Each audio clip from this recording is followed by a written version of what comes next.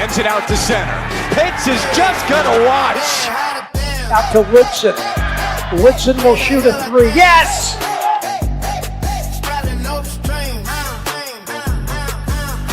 And the Cajuns protect Russo Park. Hey, y'all, this is Doug. Hey, this is Tucker. This Jensen, and you're listening to Rage and Review. Let's go! Okay, good!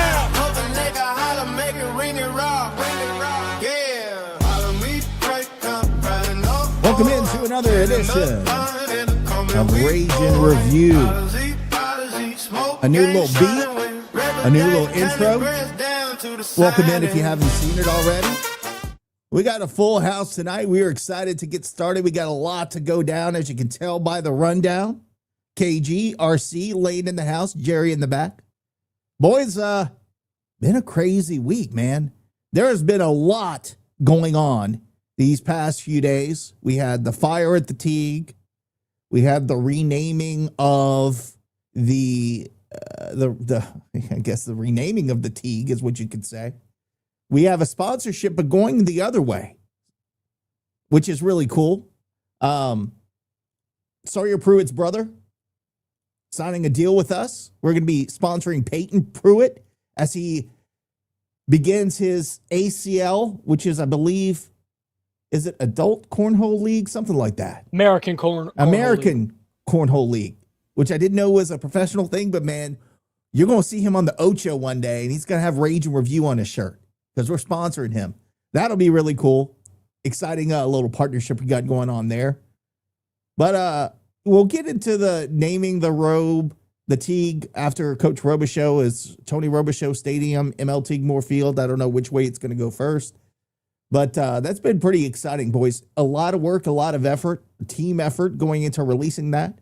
I got a little pissed off earlier in the week because some people were stealing our stuff once we announced it. But that all worked out in the end, KG, and we got it done. So appreciate the whole team for pitching in their own way. And we got the news early. We've been known for a while, been sitting on it. I've been designing the video, which we'll play for you guys a little bit later on the show because I have a video that I released today on it. But just a lot of good stuff going on this past week. More to come as well. And I guess with that, we'll get to it. How about we rank the West, boys? And we'll start with yours truly because I was going to switch it around, but I kind of forgot. But let's talk about what I feel are going to be the final rankings for the West. And actually, I'm going to go to the preseason poll for the coaches first because as you can see, coaches voted Troy, Louisiana, Arkansas State, Louisiana Tech as the top four, followed by Southern Miss, South Alabama, and ULM. ULM rounding the bottom again, but as always, they can beat really anybody in the Sun Belt on any given day. And I'll do it in reverse. I'll start at number 7. ULM went 3-9 last season. I think Bryant Vincent is a good coach. I think with S.J. Tui as their athletic director, together they're making some nice things happen. I just don't think this is a year for them to get over the hump. They have not had a winning season since 2012. They've got some good players. You've got Aiden Armenta coming back at quarterback. You've got A.J. Vincent and Noah Flemings. Those are two all preseason, all Sun Belt guys on the offensive and defensive side of the ball. But just when you look at the division from top to bottom, I don't think this is going to be ULM's year. Not saying that they have to finish last because somebody had to be there, but I think they're going to be finished outside of the top 4. Southern Miss coming in at number 6. Sorry, you're getting a little bit of, I'm sure we're going to get a little bit of hate for this, but after going 7-6 last season, you felt like they had potentially a little bit of momentum going into this year. But 75 newcomers and only one offensive starter returning from last season. Of course, their big production guy is the quarterback, Braylon Braxton, who accounted for 3,000 yards and 24 touchdowns last season. So not only are you replacing the entire offense, you're also replacing your biggest guy who had the most production. And then they also have to play James Madison and ODU from the East and take road trips to Troy and Louisiana Tech. So I just think this is going to be a tough year for Southern Miss, something that Blake Anderson may build on for the future and get them back on track, but I just don't think it's this season. South Alabama comes in number 5 after 4-8 last season. Again, they could be a sleeper in the West, but don't expect them to finish in the top 4. And then you've got Louisiana Tech, had a nice season, 8-5 last year. They beat Coastal 23-14 in the Indy Bowl, which again is in their backyard. So is it really a bowl game or a home game? They've got a good linebacker, Colby Fields, preseason first team All Sun Belt, and a nice tight end, Eli Finley, as well. So I think they've got the pieces to do pretty well. I think their schedule works against them as well, kind of like with USM. They've got to go to Troy, and then they're playing LSU, Baylor, and Army this season. So that's a tough 4 games right there on the schedule, and then you start looping in the other conference games. They are capable of winning against anyone in the division. I just don't think this is a year that they finish in the top 2. Arkansas State comes in at number 3, very dangerous. You got running back Keon Clay, Chauncey Cobb as their returner, offensive lineman Trishan Smith. Just 10 starters, 7 on offense coming back. I think it's going to be a good situation for Arkansas State. I just don't think that they get it done as far as the top 2 in the conference. But again, that's why you play the games. We'll see. They do have to come to Lafayette. I think that's going to be a deciding factor. Troy. Let's talk about Troy. They won the West last season, finished 8-6 overall, 6-2 in the league. Goose Crowder did some really nice things. He comes back this year, special teams player of the year in the preseason. Evan Crenshaw, Sun Belt Defensive Player of the Year, Donnie Smith. I think the biggest knock on them is their schedule. Again, they have to come to Louisiana. They have to travel to JMU. They're out South Alabama, at Arkansas State. Those are some tough road games to overcome. I think, in my opinion, the game at Louisiana will decide the West.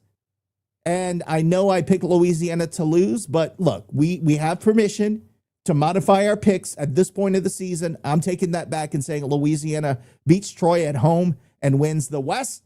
I'm putting them at number 1. I'm in agreement with Phil Steele. He also picked Louisiana to win the West. I think Lunch Winfield is going to be, well, I don't want to get ahead of myself. I think he's going to, again, be the game changer for us this season. He did it for us last year. 1,500 passing yards and 11 touchdowns in an abbreviated season as a starter.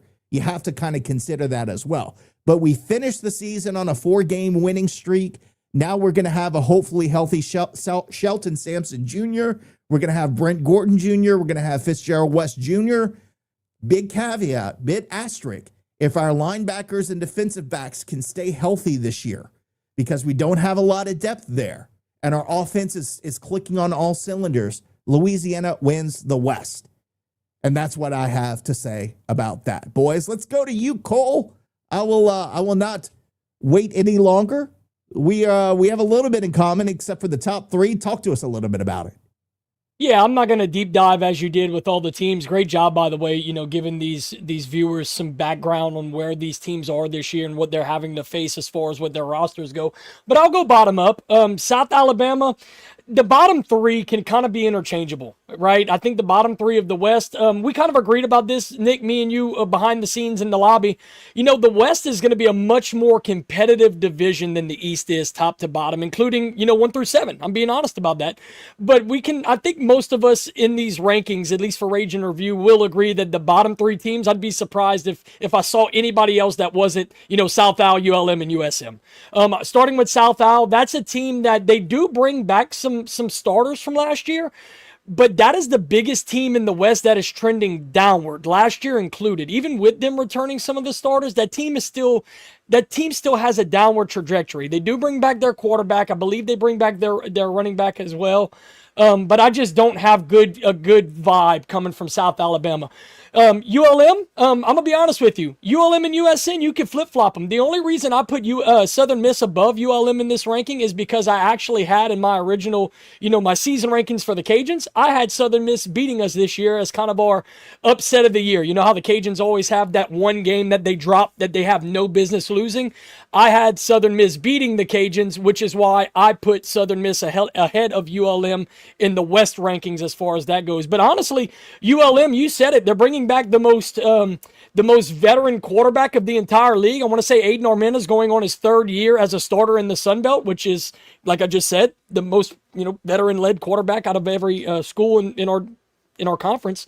And they also bring back some good defensive pieces as well. So I think ULM, I think they'll have a strong year. I think they'll finish better than 3-9, but still they're going to finish in that bottom third. We'll see. Southern Miss, same situation. They are bringing back the least amount of production in all of the Sun Belt, JMU included. If you remember last week's show, I said that JMU was only bringing back 3 starters on their team, and that's because obviously, their head coach took a job at UCLA and have the team left. Insert Billy Napier. He's going to have to rebuild his entire staff as well as an entire roster. Southern Miss is in an even worse spot than that. Charles Huff heads for the hills. Blake Anderson takes over. So at least there's a little bit of continuity there where your offensive coordinator takes over the head coaching position. But even still, there's only one returning starter on the entire team, which means that you have to replace 21 others. So a big hill to climb for Southern Miss. And I'll jump to Rustin real quick. I think that Louisiana Tech is the biggest X factor of the Sun Belt this year. And the reason I say that is they had a strong finish to last season. They have a lot of returning talent, but they're one of those teams that can very well finish in the top 3 of the conference, or they're one of those teams that can finish in the bottom 3 of the conference. You really don't know. That's just the kind of team that Louisiana Tech is, and that's why I have them right down the middle at number 4. I think that Baker is going to have a pretty good year at quarterback, and that's going to keep them afloat more towards the top half. We'll see. Now, for the next 2 teams, I have the Cajuns at 3 and Arkansas State at 2. They're going to be battling for that 2 spot in my eyes all season long. The only reason I have Arkansas State ahead of us is because in my season projections, I did have Arkansas State beating us. So to be fair to my predictions that I made earlier 2 weeks ago, that's why I gave them the head up here. Arkansas State, though, keep in mind, folks, last year, well, let's start with this. They're returning the most production out of the entire Sun Belt. They're returning 10 starters on their team. So the only real position they're going to have to figure out is quarterback. They have a really talented wide receiver room. They're really talented at running back. They have a really strong defense coming into this season. If they can figure out the quarterback position, I think they're going to finish top 3 in this conference. But it's going to be a back and forth battle with us all season long, and I think that game, against us is going to be for number 2. And I'm gonna be honest with you guys, I got Troy running away with this one at number 1. I really like Troy going into this season, to be unbiased about it. I think that they had a really strong campaign last year, and they're really going to just build on that this season. Not only do they bring back a starting quarterback, they bring back 2 starting quarterbacks, a very talented wide receiver room, a talented running back room, and they bring back 3 of their offensive linemen. And on top of that, they bring back, I want to say, the top 2 or 3 tacklers on their defense. And if you want to take it a step further, they bring back a All-American punter. He was a finalist for the Punter of the Year award last year. Is it the Ray Guy Award? So yeah. They are taken care of in all 3 phases of the game. Not only am I picking Troy to win the West, I think Troy is going to be your Sun Belt champion by the end of the year. But that's kind of why I have it right here. Like I said, I got Troy running away with it. The Cajuns and Arkansas State fighting it out for number 2. Rustin sitting right there in the middle, depending on what they can do this season. And then the bottom 3 are just going to battle it out for, who's going to finish last in the toilet bowl. But that's what it's looking like for me, Nick. I think that's fair enough. And look, with Troy, I think the deciding factor for me was thinking about Troy when I realized where they were playing some of their road games this season. And by game 7, I feel like we should have our feet under us and kind of know where we are. And we play them at home in game 7. So that's why I'm thinking in my mind, that's a slight advantage for us. And the rest of the schedule works out in our favor. So that's why I picked Troy, but I agree. It could go, honestly, any of the top 3 can win the West this season. I'm actually going to take a page out of your playbook and doing a deeper dive into especially Southern Miss, right? Like I said earlier, I did pick the Cajuns to lose to them as kind of our upset game of the year. But doing a deeper dive into it on paper, and the Cajuns have lost a lot of games on paper that they should have won. On paper, the Cajuns should absolutely beat Southern Miss. So if there was a game that I could take back 2 weeks ago from my projections, I would say Southern Miss would be that game, and the Cajuns, instead of ending 8-4, should probably end 9-3, somewhere closer to that. So, but I am going to take a page out of your playbook and take that loss back, and hopefully the Cajuns can make me look good by beating them this season. This is the week for takeaways. You could totally do that. Before I get to you, Layton, I do want to highlight some of the folks and comments in here. Elliot talking a little bit about not feeling warm and fuzzy. Yeah, because last year we were so hyped up and talking about potential CFP. Even Phil Steele was talking about us sneaking in as a possibility. And then we poo-pooed the bed in the first half of the season, and it took a 4-game win streak to get us bowl eligible. So I think that's why we're not feeling all pumped up. Mitch Jensen talking about losing power. I saw your lovely bride talking about that on Facebook, how you guys have been out of power for 2 days and could be a few more days before you get it back. You should have headed southeast to Lafayette this weekend and had some fun. We have plenty of AC over there, but that's fine. We understand. We hope you guys stay cool out in Oklahoma. That's where they have their nice little ranch, which I am going to absolutely visit one day. And shout out to our boy. Let's see, Terry was in here earlier as well. Got to give the symbolic Terry. Everything is rat poison until this coaching staff gets consistent. I agree with you, Mr. Terry. You know, it's football season when Terry shows up in the comments. That's how you know we're getting down to the nitty gritty of Cajuns football right there. Good to see you, Terry. Good to see him, and he keeps us on task, too, because he made us realize we had 2 episodes that didn't fully upload. So we got those up for you, buddy. Appreciate it. Keep giving us that feedback. Lane, you're up next. If you want to swap out with somebody in the chat, we do want to get your picks because we are going to you. I don't think he's listening to me right now. Let's see, Lane. Oh, there he goes. He's just working on it. All right, there you go, buddy. All right, let's get to your picks. What you got here? And unmute yourself, Lane. Wait a minute. If we could have taken our picks back, I would have taken back the 1 and 2 spot. But I was staying true to my record predictions, and that's why I have Troy number 1. And obviously they have 12 of the first of the 14 votes in the coaches poll, so it's hard to not acknowledge that. Louisiana number 2. I feel like Troy and Louisiana can be neck and neck this year. Obviously, the game at Cajun Field will probably most likely determine the record or the winner of the West. But I still feel like Troy's the one to beat, unfortunately. Arkansas State, they're always usually up at the top, and that's why I have them number 3. Kind of flip-flopping to the bottom. ULM is still ULM. And I've even with more continuity with these staff, I feel like they're still going to be at the very bottom of the West. They could win a couple games, maybe if their East opponents aren't at the top, but ULM is going to be at the bottom. USM, they're replacing a whole coaching staff, a lot of the roster, with Blake Anderson being the head coach. So that's why I put them at the bottom. South Al is weird in a way because they can be good, but more often than not, they're not the best. And I don't know if he left last year or in the offseason, but Gio Lopez ended up at North Carolina. So I feel like that's why I have them at 5. And then Ruston, like Cole said, they're up and down.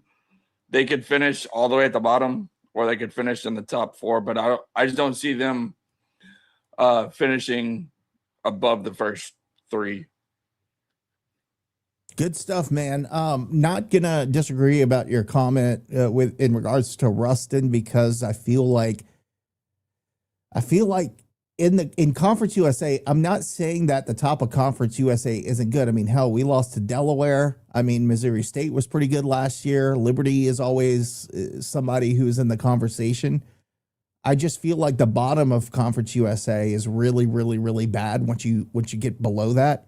So playing the Sam Houstons, which I think might have beaten them last year, but playing some of those lower teams in the conference really kind of helped boost that schedule a little bit, or the final their final standings in Conference USA and getting them to 8-4. So I don't know. Again, Louisiana takes a wild card for me. We'll see how much of I don't think it's a huge jump. It's not like they're going to the Big 12, but I still think the bottom of the Sun Belt is tougher than the bottom of Conference USA. We'll see if that is the case this year. All right. Thanks, Lane. Appreciate it. RC, we've got 8 on this list. Talk to us about it. Oh, we can't go a football season without giving some shit to Texas State. So, yeah, we'll go ahead and put them at the bottom, even though they're in that Pac State conference. No, ULM, they started off good the last 2 years, and then I think last year they lost the last 8 year, but they took us to overtime in the last game too, and we wanted to get to bowl eligibility. The thing with Southern Miss is, their X factor is, like one of y'all said, Blake Anderson was there last year. He's going to be there again this year as the head coach. Got a whole new staff. Same offense, but we'll see what he could do with that. Coming back to being a head coach after being at Arkansas State and Utah State. But the reason I have South Alabama above them is because South Alabama's never lost to Southern Miss. I think they're 6-0 against them all time. So I could see them finishing above Southern Miss again. But I'll preface that by saying, everything in this conference, especially in the West, is all up for grabs. It's kind of a crapshoot from week to week. Like you said, ULM could lose to anybody and they could beat anybody at the same time. So Arkansas State, I think Bush Jones, he's probably kind of starting to put it together over there. They got to replace Jalen Rayner this year. So if they could get their passing attack back going, they could be a force to be reckoned with. And Ruston, they were 8-5 last year. I know y'all were saying they were in Conference USA, but they lost a couple games by either one score or 1 point, and they could have easily been 10-3. They got a really good defense. They lost their linebacker, player of the year in the middle of last season, and the defense kind of took a step back after that. He's coming back this year, and I think their defense is going to be really, really tough this year, and they'll probably carry the team. Even though I think that Blake Baker will have a good year too. As far as the top two, I think that we're going to have enough parity in this division that I picked us to be 9-3, and our 2 losses were to Southern Miss and to Louisiana Tech. And the more that I think about it, the more I'm kind of leaning on us. Even though we have bad history in Hattiesburg, I think that we're probably going to win that game. And we could easily be 10-2 with the loss to Louisiana Tech. But the way that everything kind of sets up, I think 1 or 2 losses, even in this division, could probably get you the number 1 spot and a spot in the championship game. So I like us. I like us coming out of the West. I like it, man. Well, thank you, RC. Appreciate your takes there, and then we'll wrap it up. Jerry, we'll give your list here. A lot like the others. Talk to me. Yeah, I mean, for the most part, it's pretty much what everybody else said. I mean, I think right now, I like the fact that the Cajuns' schedule favors them. I think, more of your tougher games are going to be at home, including Troy. So I like the fact that, we will have a chance to make a run, but it's going to be those 1 or 2 games that's going to set us apart from winning the division. We always have that one letdown game. I'll start off with Troy. I picked Troy because both of their quarterbacks, they play that dual quarterback role. They're both coming back. They got Jordan Lovett coming back at running back. He was the backup last year, but he had, I want to say, close to 600 yards or over 600 yards on the ground. So their offense, it's kind of a ground and pound attack, very similar to what we have. But again, those 2 quarterbacks are going to make a big difference because they're going to be very dynamic. But their defense is their bread and butter. And the last couple years, they've had a really, really solid defense. And it's going to be enough talent to hold their own, to stay up top. As of right now, to be the best, you got to beat the best. In the last 3 out of 4 years, Troy has been the best in the Western Division. So okay, Ric Flair. Yeah, exactly. I'm going to give them the benefit of the doubt and keep them in first. Again, the Cajuns, we've got a lot to prove this year. I think we do have enough talent to win the division. But again, it's always those 1 or 2 letdown games. I just don't know if it'll be enough because we always drop 1 or 2 games in the West or 1 or 2 games in conference that cost us. And until they prove me otherwise, that's why I have them at number 2. Arkansas State, I'm looking forward to Arkansas State coming here for homecoming and seeing Butch Jones look like he's roided out with his red face if he loses. That's always a pleasure to watch. But look, they've got 10 returning starters on offense. But the big thing is Jalen Rayner is the guy they have to replace at quarterback. Of course, he transferred to Iowa State, but if they get the quarterback situation down with 10 returning starters, they're going to score points. They do every year, right? And so I expect them to make a run, but they only have 3 returning starters defensively, and they're all in the secondary. So teams are going to score on them, and I give us the upper hand because every time Arkansas State comes to Lafayette, we seem to score a lot of points on them, even in shootouts. So, and I kind of expect the same thing to happen this year. I have Louisiana Tech in 4th right now. Look, they got Blake Baker coming back at quarterback. He got hurt last year, but they've got some decent starters and some decent talent on both sides of the football. You know, not to play this superiority complex with the Sun Belt, but I do think they're kind of going into unfamiliar territory coming into the Sun Belt Conference, playing the opponents they have to play. I just think they're going to drop a few games. I think they're going to drop a few games they're not supposed to drop. You know, some of their losses last year in Conference USA came at the last minute or last second losses. So I'm going to expect that from them in the Sun Belt being their first year. So I'm not expecting them to be great, but I'm expecting them to at least make a bowl game, be bowl eligible like they were last year. So I got them at 4th. South Alabama, look, South Alabama is like they're like the new Texas State. All the high expectation, always find a way to fall flat on their face. Look, they've got a lot of offensive linemen to replace. Even though they've got this 2 good running backs coming back, I just don't think it's going to be enough. Defense struggled last year. They bring a lot of new transfers in. Now, they do have some decent FBS transfers, but again, I don't know. South Alabama, they always find a way to blow it. And until they prove me otherwise, I have them at 5th. Southern Miss, look, they got a new coaching staff in Blake Anderson. I actually think Blake Anderson's going to do a good job there, but they have a ton of talent to replace on pretty much in all phases. So they're going to go through some growing pains. And I hate to say it about ULM. They always show promise, but it's ULM. So I have them last by default. So that's pretty much my picks. Again, you know, Cajuns have a shot to be on top. They can do what they did in 2024. Just can't drop games that we're expected to win, especially when it comes to in-conference competition. All right, good stuff, boys. A lot of, I can tell you did your homework, is what I'm trying to say. So good job there. A lot of great conversation and a lot of great information as well. Sorry, Lane, I didn't mean to throw you back in here, but that's kind of what the you're good. What it did. You can bow out again. But I think, you know, with ULM, and I think we had a ULM fan in here earlier talking about don't sleep on ULM. Here's the deal with ULM. I've been hearing that since 2012, and they still haven't had a winning season.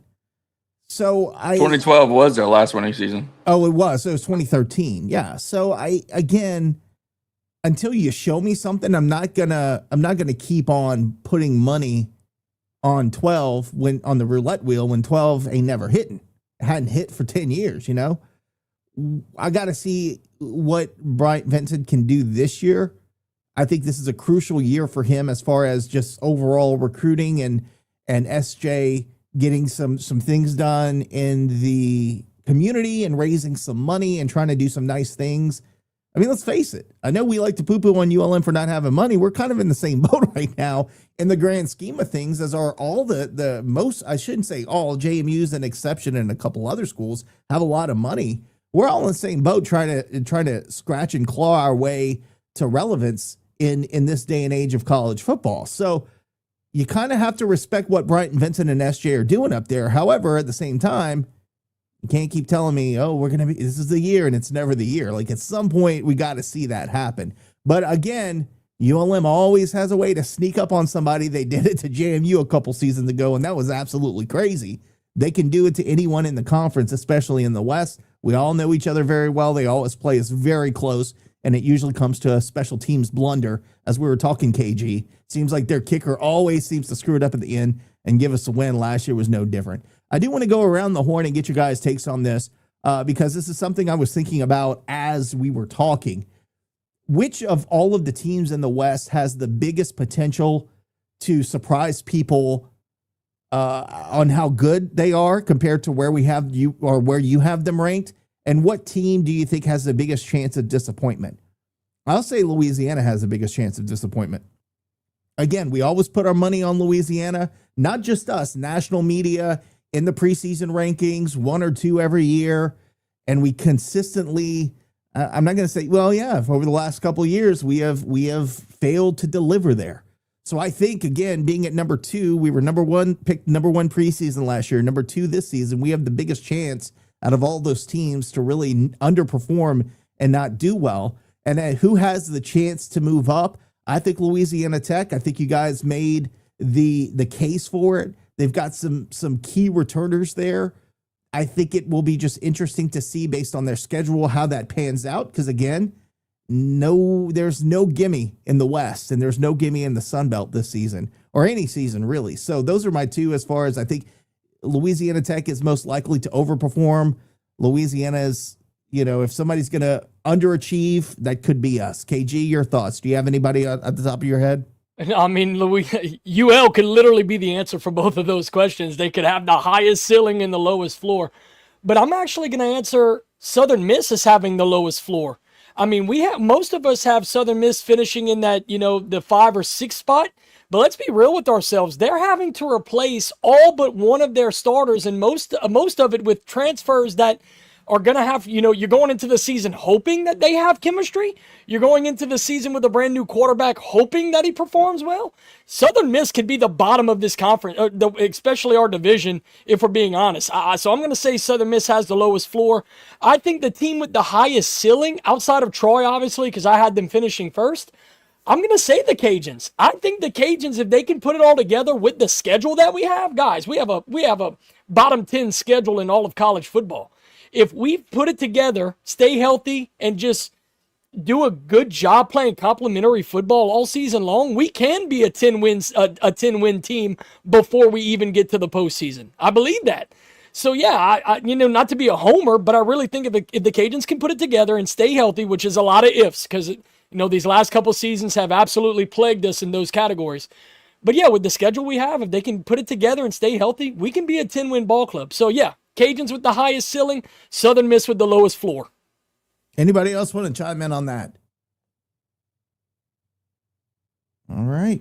No, I agree with Southern Miss. I know we all got them kind of towards the bottom, but it's kind of a crapshoot with it could be a bad thing with not having chemistry, and then they might have needed to get everything that was going bad at the end of last year out of the locker room and get some people in there that kind of fit with what Blake's trying to do. So, it wouldn't surprise me if they snuck up on some people and ended up at the top. But, like I said, this is the West is such a crapshoot this year with the parity.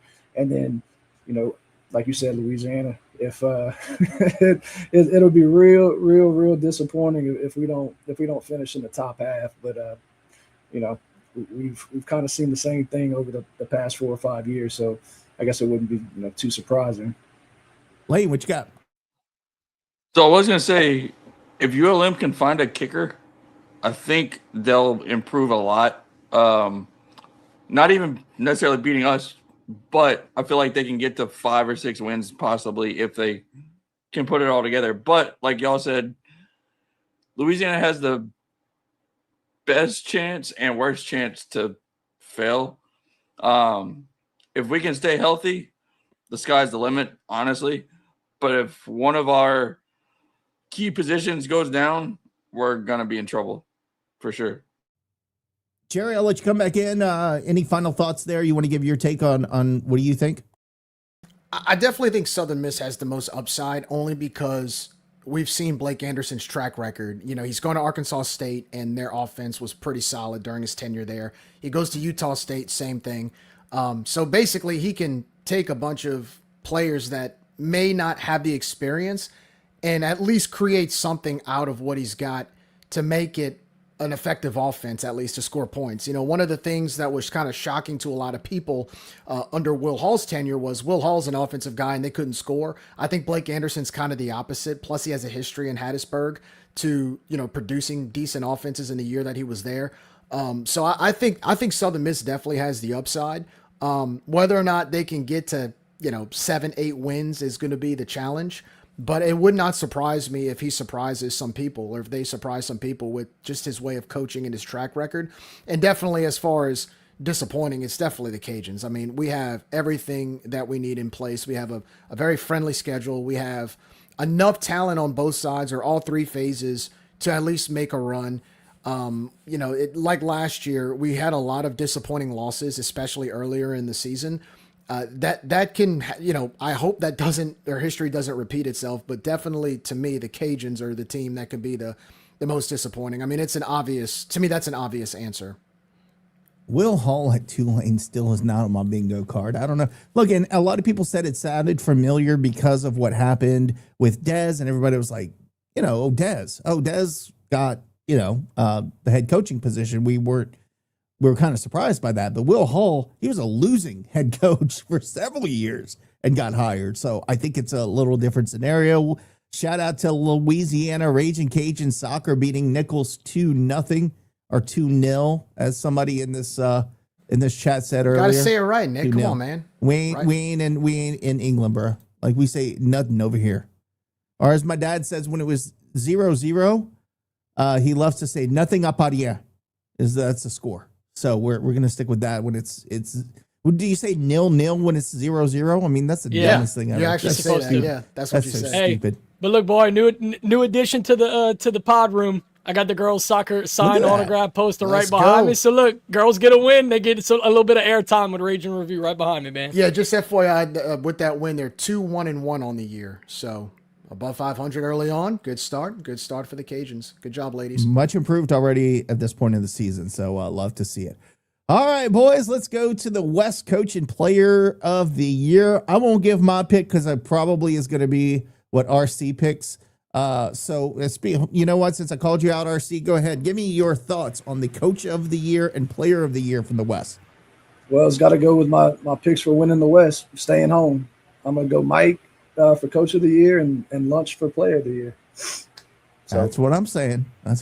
All right. Well, that's what I had picked as well. And I think, again, it's going to be tough between he and the guy at Marshall who shall not be named because he has a long name and it'll take me 30 minutes to pronounce it. But I think he has the edge. I think he's going to be the better quarterback. And I think they might meet up. I think we may meet up with Marshall in the championship game this season. I just hope it's at Cajun Field if that happens. All right, Jerry, give me your thoughts. West Coach and Player of the Year. I'm going to go, because I picked Troy, I'm going to go with, was it Gerard Parker? I got him as Coach of the Year. Mike, please prove me wrong here. Dez, come on, man, prove me wrong. And then I'm going to go Player of the Year. I know everybody likes Lunch, and I mean, we love Lunch, right? But I'm going to go with somebody for the Cajuns who played a huge role in that turnaround last year. If he's healthy, I'm going with Shelton Sampson. I think Shelton Sampson, if he's healthy, if he can give me 12 games that he gave us in those last 4 or 5 games last year, he can be easily an all-conference player and make a run for the Player of the Year. Just got to stay healthy. We saw what he could do when he was healthy, man. He was unstoppable. He never dropped the ball. He couldn't just touch did when him. he was hurt. We didn't know. So that's good stuff. No, I appreciate giving Shelton Sampson Jr. a shout out. All right, Cole, what are your thoughts? Go ahead and take what Jerry just said and copy and paste it, because that was my 2 answers. I actually have Parker winning the Coach of the Year for Troy. I just think he's just going to continue to build on what they did last year. And like I mentioned earlier, I have them as the front runner, not only to win the West, but to win the entire conference. But yeah, I have Shelton Sampson to win Conference Player of the Year, or be at least the Player of the Year in the West. I'm going to go out on a limb, and this isn't going to be a hot take. It's a genuine take. I think Shelton Sampson can lead the Triple Crown in terms of receiving in the Sun Belt. I think he could be the yards leader. I think he could be the receptions leader, and I think he could be the touchdown leader. Just in his limited action in the second half of the season, he was head over heels better than every receiver in the Sun Belt. Not who's the big guy from Arkansas State last year that's no longer with him. He was one of the best receivers in all of college football. And he was the only receiver in the conference. Yeah, there you go. So that's what I'm getting at. I think Shelton Sampson, if he can stay healthy, could be the Triple Crown receiving leader in the Sun Belt this season, giving him Offensive Player of the Year. Ball, you get me pumped up when you talk. Oh, I can't wait for football, man. It'll be a lot of fun. All right, go ahead, Lane. What are your thoughts? All right, Nick, I'm going to give you some PTSD real quick. You brought up Marshall. As long as we don't have a third string quarterback in that game, I think we'll do all right. But I did pick Gerard Parker, I believe, to be the Coach of the Year, and then Lunch as the Player of the Year. I mean, he's so dynamic that it's hard to not put him as the Player of the Year, in my opinion. Bryce chiming in, second half, Shelton Sampson will lead the Sun Belt in receiving. There you go. Agreeing with my boy Cole over there. And look, Brent Gordon Jr. is going to do some nice things too. Didn't we talk about him as a punt returner? Or feel like he's going to do it all. Yeah, so, well, I mean, that guy is somebody we could be sleeping on. Imagine if he breaks 3 or 4, runs 3 or 4 back for touchdowns this season and then plays at his high level in the defensive backfield. would you put him in on offense on a trick play? Oh, absolutely. If you ask him my opinion, I mean, if there's a certain package or a certain play that you can use him for, if he is the playmaker that you think he is, because we see those kind of guys very rarely, right? For like a Tyrann Mathieu growing up, for the Honey Badger for LSU, he was the kind of guy that you wanted on the field as much as you could because if the ball was in his hands, he can go to the house at any time. Desmond Howard for the kids in the '90s, another example. If he is going to be that kind of guy for the Cajuns, try to put him on the field as often as you can, whether it is on defense, obviously at his natural position at corner, whether it is in the kick returning role or a punt returning role, whether it is in a package as a wide receiver or maybe even a running back if they toss it. I don't know. But yeah, I would be totally down for that if the situation is right. But Nick, before I turn it over to RC and get his take on that, one more thing I want to say, because we're all about showing our boys some love. The reason I took Sheldon Sampson also to potentially be the player of the year is because I think our running game is going to be a lot more effective than people think. I think that Gardner and Blanco and Smith, as that three-headed monster that we talked about a couple of weeks ago, really will do some great things in the run game paired with Lunch and his effective running ability. It's just going to open up the passing game wide open for not only Sampson, which, like I said, I think he's going to be the Triple Crown winner in terms of receiving, but even for like guys like the tight end room, even guys in the slot, like a Chauncey, a Trenton Chaney or a Russell Babineau, which we're hearing great things about Russell in camp as well. So I just think that the upside of this offense is through the roof. It's just all got to come together, led by the running game. Yeah, and we never want to see anybody get injured. Obviously, we talk about how many injuries we always have in preseason and camps and all that. But you like to see guys that we're hearing their name being called now because they have an opportunity. Guys are dinged up. Guys are banged up in fall camp. So it happens.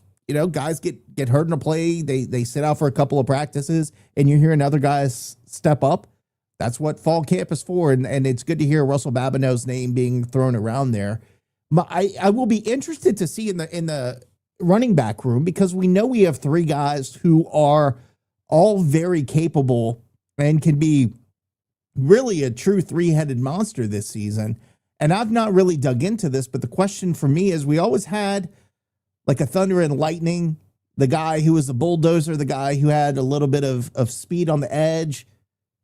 Are we going to see that again with this running back, not tandem, these three running backs, or are we going to see all of these guys with the capability to pound the rock, but also hit that edge on a jet sweep, which we love to run on 4th and 7 from the 7-yard line? Anyway, I don't want to get into that, but have you guys, I guess, Cole, have you heard anything about that? I'm not very familiar outside of Blanco as far as how he plays, but do you think we'll be a little bit more spread out as far as the capability for each one to break one off the edge and pound the rock if we need to? Well, for sure. So you can base it off of history if you want, right? And I mentioned this a couple of shows ago. Ever since Mike's been the head coach, even when he was offensive coordinator, he loves spreading the carries around between his running backs, right? So I think one of you guys, it might have been Big Keb, talked about how J.J. Gardner might end up being the player of the year on offense for the Cajuns, but then I had to kind of correct him and say, well, in Mike's offense, being that he loves to split the carries between his backs, which I'm okay with, that kind of limits J.J.'s ability to just be that lead bell cow. So history will tell you, even with Zylan Perry and Bill Davis last year, right? Two of the league's best running backs, they had to split carries with each other. So that tells me, you can expect split carries, but at the same time, with there being three of them now, because all three of them are apparently getting first team reps, you're probably going to see the hot hand be on the field, obviously, as any good coach would do. The hot hand's going to be on the field, but they're still going to get spelled more often than, like a true eye, like a team with one true back, right? So, yeah, I expect there, to be a lot of shared carries, but it's going to be who's just carrying the ball better that day, who's got more speed off the line, who's hitting the hole harder, who is catching the ball out of the backfield better, depending on what the game plan looks like for that given day. But all three of the guys, bottom line, all three of those guys are more than capable of doing the job. It's just that like I've said 1,000 times to this point, I think as a committee, they're going to do the job very well together if they can buy into the fact that they will have to share with each other for the season. Jerry, what do you think on a scale of 1 to 10, Cole's excitement would be if Dez came out and started running the veer first play of the game against Lamar? What do you think? 10? Yeah. Like a 15? That's what I'm saying. I was thinking like 50. And if he breaks a Mikey Eugene style run for like 90 yards, it'll be like a 25. Hey, y'all are joking, but don't forget that Tim Leger is on this coaching went to staff and he Acadiana. ran the He veer knows at the veer. Acadiana.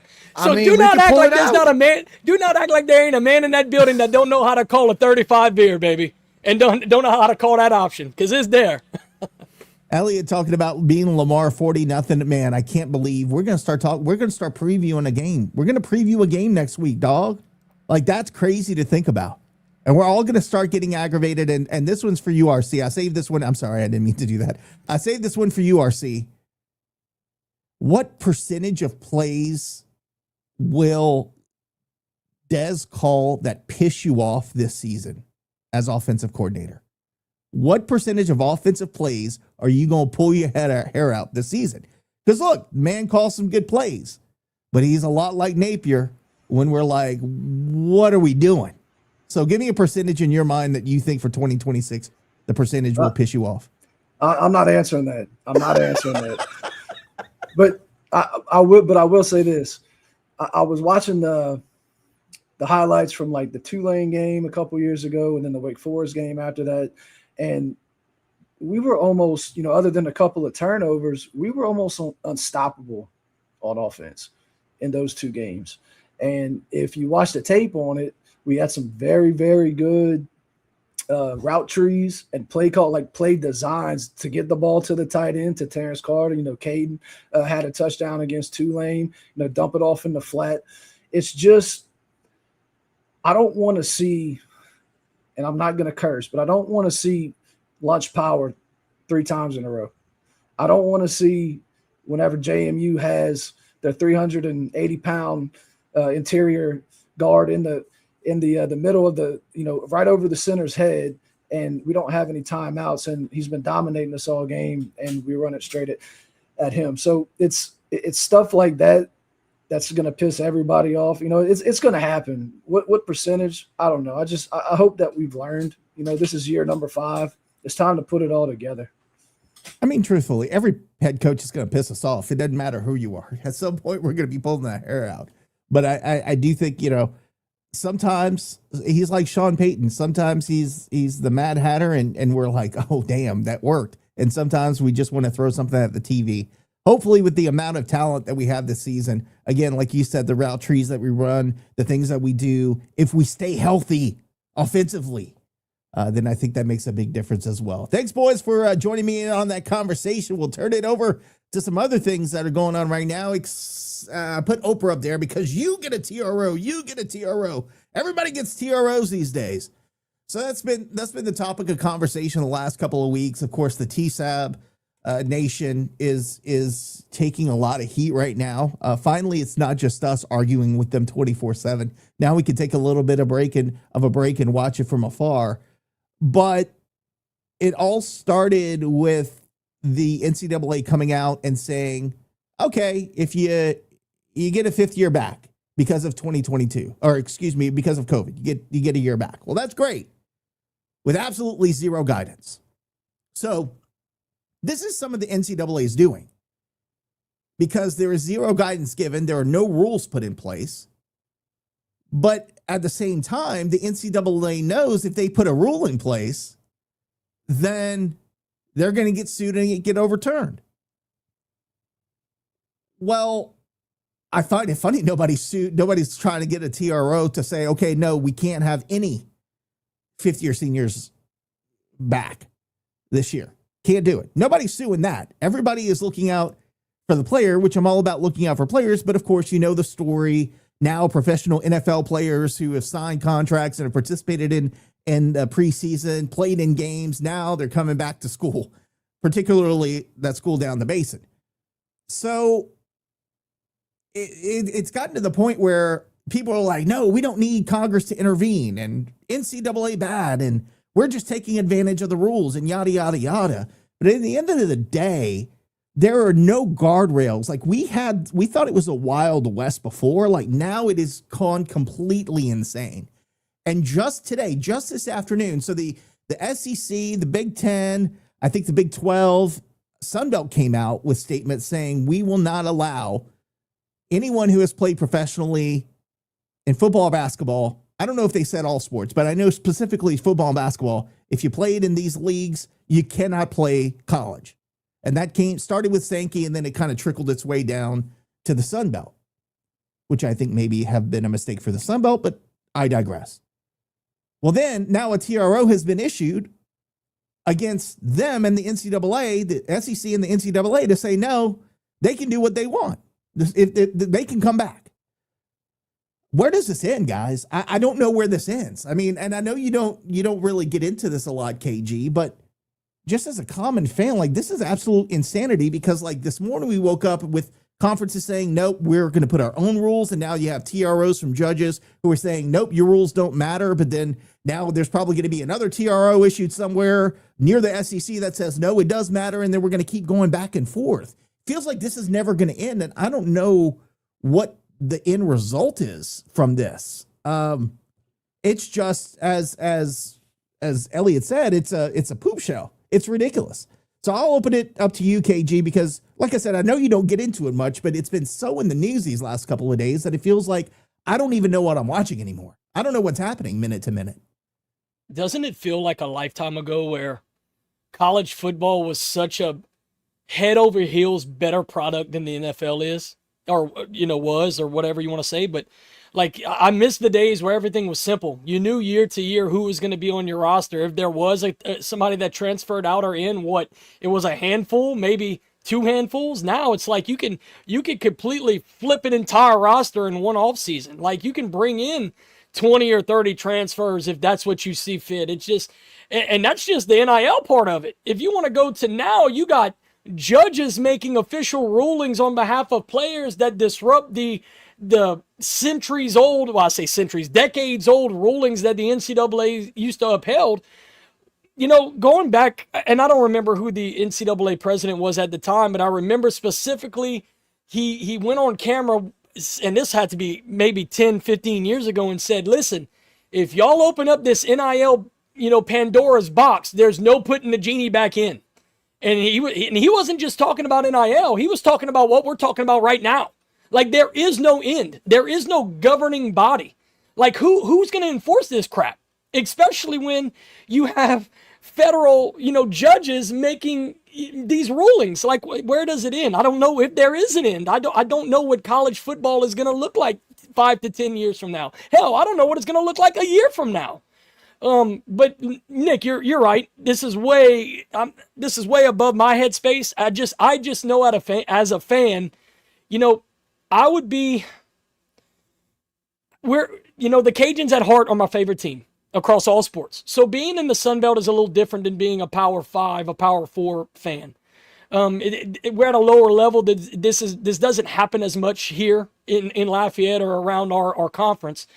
But I couldn't imagine being a fan of like LSU, right? Or, just one of those Power 4 schools where like you got multiple players that might be on a pro roster right now that have a chance to come back. And will they come back? Won't they come back? I guess on a smaller scale, if you want to talk about Lee Amadei, that's kind of up in flux right now, right? So I guess we kind of do feel that on a smaller scale with one of our own. But I mean, these Power 4 schools, they got multiple guys that are in question right now. So I don't know, man.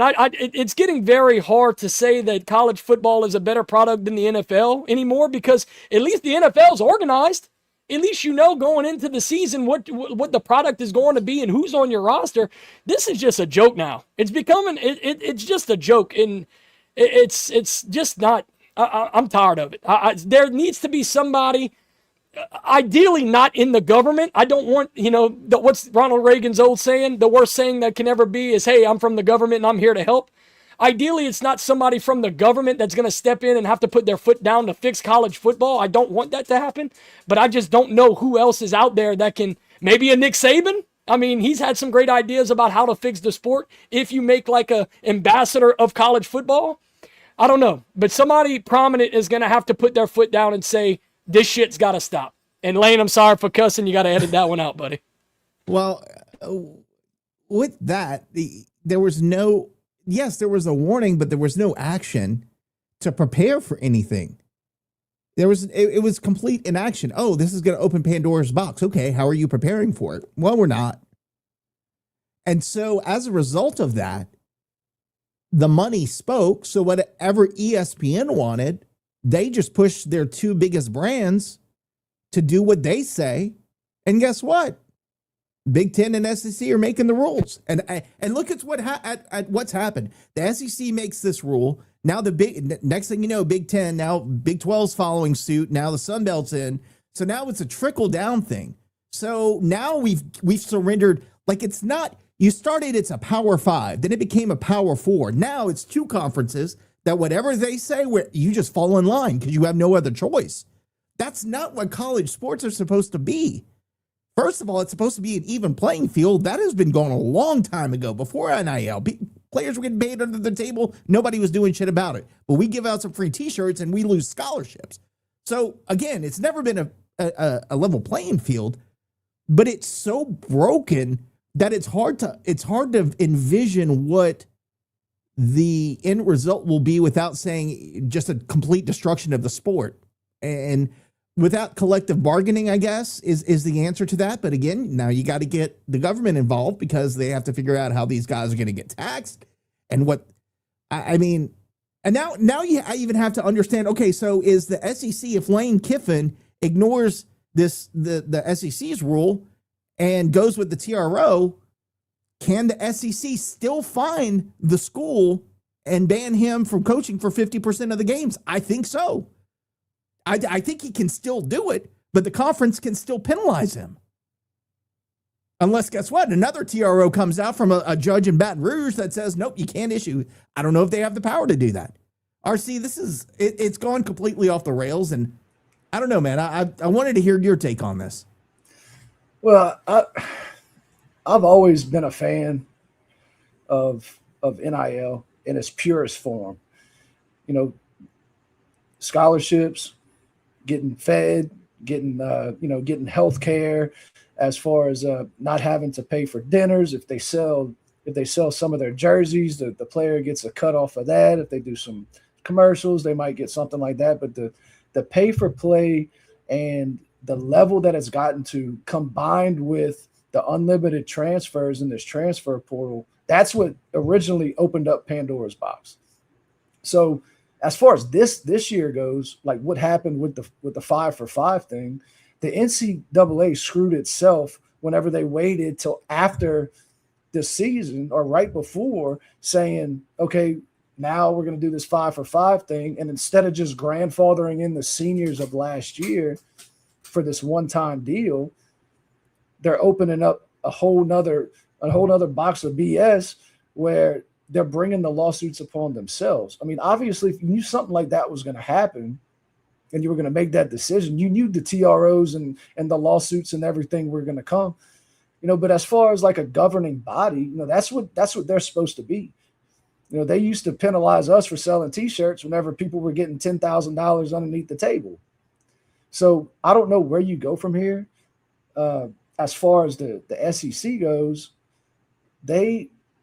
it's kind of like, if I get fired or if I get suspended from my company, like I can't get a TRO or the governor or the whoever. I can't get Governor Landry to email my boss and say, you can't do that to him. So I don't know where that disconnect is, and I don't know how they go forward. Hopefully the 5-for-5 thing after this year kind of works itself out, I guess you could say. But as far as this year, it's a shit show, man. It's hard to be a fan of college sports these days. It's ingrained in us. We've been going to games and pulling for the Cajuns since, we could remember, but it really makes it hard. And I think Lee's situation is a little bit different because, as far as Lane Kiffin goes, he was instigating the lawsuits for the players to file the TROs. He was the one that was telling them to do it. It's not like Matt Deggs was saying, Lee, you need to file a TRO because we need you back. But if you're eligible to come back, you're more than welcome to come play. He's going to follow the rules. Lane Kiffin's a slime ball. He started all this, and he was contacting players that he knew could make his team better, so he was telling them behind the scenes to file TROs. And this is where we are now. Well, so technically, wasn't it Will Wade that kind of started That's what the I was whole? going to say. Will Wade kind of started all of it whenever he was trying to fill his roster with guys that are already in professional leagues. So I think Lane maybe got some advice from Will. I don't know. That's you know. Well, you want to talk about king scum that knows how to do deals behind the table or under the table.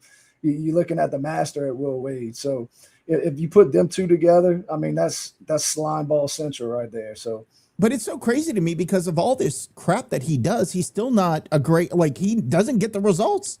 Like, you're wasting all this time for this where you could have been legitimately recruiting good players, but instead you're wasting all your time on what's probably not going to be allowed to happen. So then what? You wasted all your time to be a mediocre coach. Are you talking about Lane Kiffin or are you talking about Will Wade? Will Wade, I'm sorry. I might have gotten them confused, but Will Wade is spending all this energy on this. And the difference between them two, I think, is that a lot of his players are coming from Europe and overseas. So they don't have the same rules coming in. They don't have a structured high school association where they actually play high school. They start getting paid early. So it's completely different over there. So I think in a way basketball is different whenever it comes to eligibility issues as far as, professionalism. I think once you get on an NFL roster and you're in camp, for 6 weeks or even longer, you've been part of that organization for months since after what was the drafts in April. We're right. Almost in September. And then all of a sudden you're going to make the practice squad. You're going to make $250,000 in a practice squad uniform.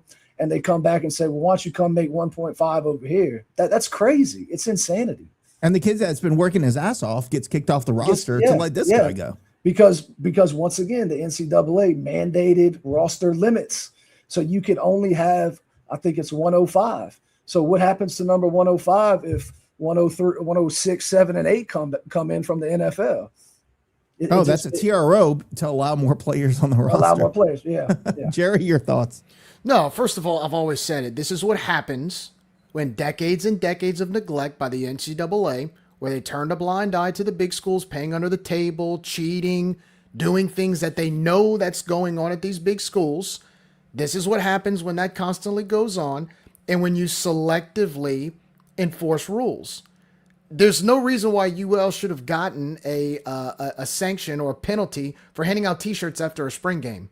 Meanwhile, you've got all these other schools that are paying $50,000, $60,000, $70,000 to players, and the NCAA knows they're doing it. Schools have probably told them that they do it. A slap on the wrist, nothing. When SMU gets the death penalty in 1984 or whatever it was in the late 80s, or I'm sorry, like 88 or 89, and for doing the same thing that got them a college football playoff spot in 2024, that's when you know the system's broken. On top of that, we're talking about what's going on now with LSU and all these other schools with the TRO. Look, the reality is we're talking about how they're going to enforce the rules. How can you enforce the rules when there's 3 separate jurisdictions making the rules? You've got the local judges in the state that are making their own rules based on laws, by the way, state law. So now you're interfering with state law. You've got the SEC and all these different conferences coming out saying, well, you can't do this, you can't do that. And then you've got the jurisdiction of the NCAA that, even though they have no power, still kind of have a little bit of enforcement. So you've got 3 jurisdictions saying different things. Which jurisdiction do you really listen to, right? Because you can't break the law. You can't break the law of the state. But if you don't listen to the judge, or you don't listen to the conference, then the conference can penalize you for listening to the judge. So it's all of this mumbo jumbo drama that's going on right now. And I called this a few years ago when we talked about the states coming out with these, what was it, the tax plans on how these players how they get income from NIL, and how the NCAA has to enforce it compared to how the state enforces it. It's gotten even worse now based on the fact that all these different jurisdictions are trying to enforce the rules on the player. Everybody knew what was going to happen with LSU or all these other teams when they were going to countersue with the TRO.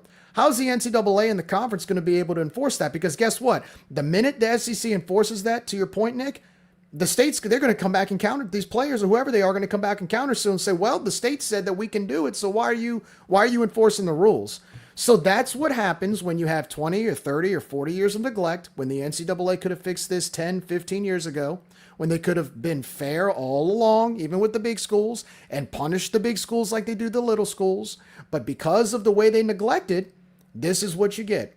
And I noticed, and I know we like to mess with LSU, but I'm seeing a lot of LSU fans on social media talking about, well, why is it's not only LSU? It's not only LSU. Guys, you know why people are picking on y'all right now? Because your school and as an institution has sold its soul to this athletic program.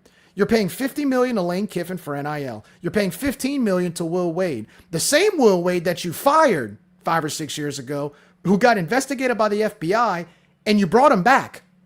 You brought him back. What school in the history of college sports has had a coach get investigated by the FBI, and then you bring him back?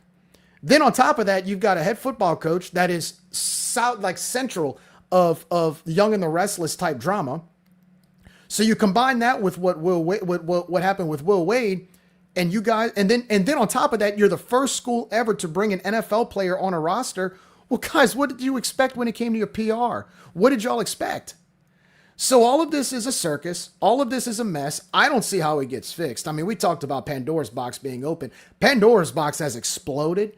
I don't know what it's going to take, guys. I just think we're at the point of no return. I do think there's going to be some levity, all depending on these TROs and how they're ruled, and how the SEC is going to be allowed to enforce that rule.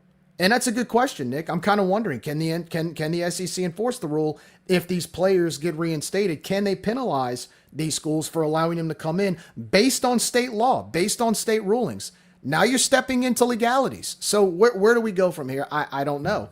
I don't know. None of us know. RC, I'll let you close this out. The one thing I want to point out that, where does it end? I think it's going to have to be with federal law, because federal law supersedes state law in the end. And I think they're going to have to, the Supreme Court framework. Yeah. The Supreme Court. I mean, to me, that's where you got to go. Which we're talking about college freaking athletics, and it would not be an issue if it weren't just being run solely but because of money. If money wasn't involved, we would not be having this conversation. I'll let you get final thoughts, RC. Yeah, well, it brings me back to this Brendan Sorsby case whenever Texas Tech was going to take him, and then all of a sudden everybody in the Big 12 kind of teamed up and said, well, we're not going to play him. But the difference is with this Lane Kiffin, that whenever they asked Lane Kiffin about it, he just kind of gave that nonchalant answer. Well, if we don't take him, somebody else is going to take him. So, yeah, it is all about the money. It's all about winning. And, nothing else really matters. You want to know how the system's broken, Nick? Whenever Greg Sankey is a household name for being the SEC commissioner, but you don't know, you can't even tell me the NCAA president's name. Can anybody on this panel? Thank you. That's how Mark you know Emmert, the system. Is he still lit? No, he's not, is he? He was. He was the last. That's how you know the system is broken, when the conference president has more weight than the NCAA president. And I'll leave it at that. Can I say one last thing about this, and then I'll get off of it?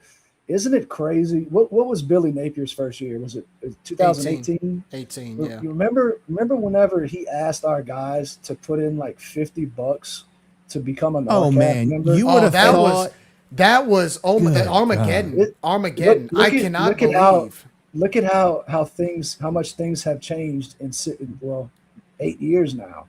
It's insane. It's just crazy. I don't know where we go from here, but and then one more thing about college, going pro in college. We talked about basketball.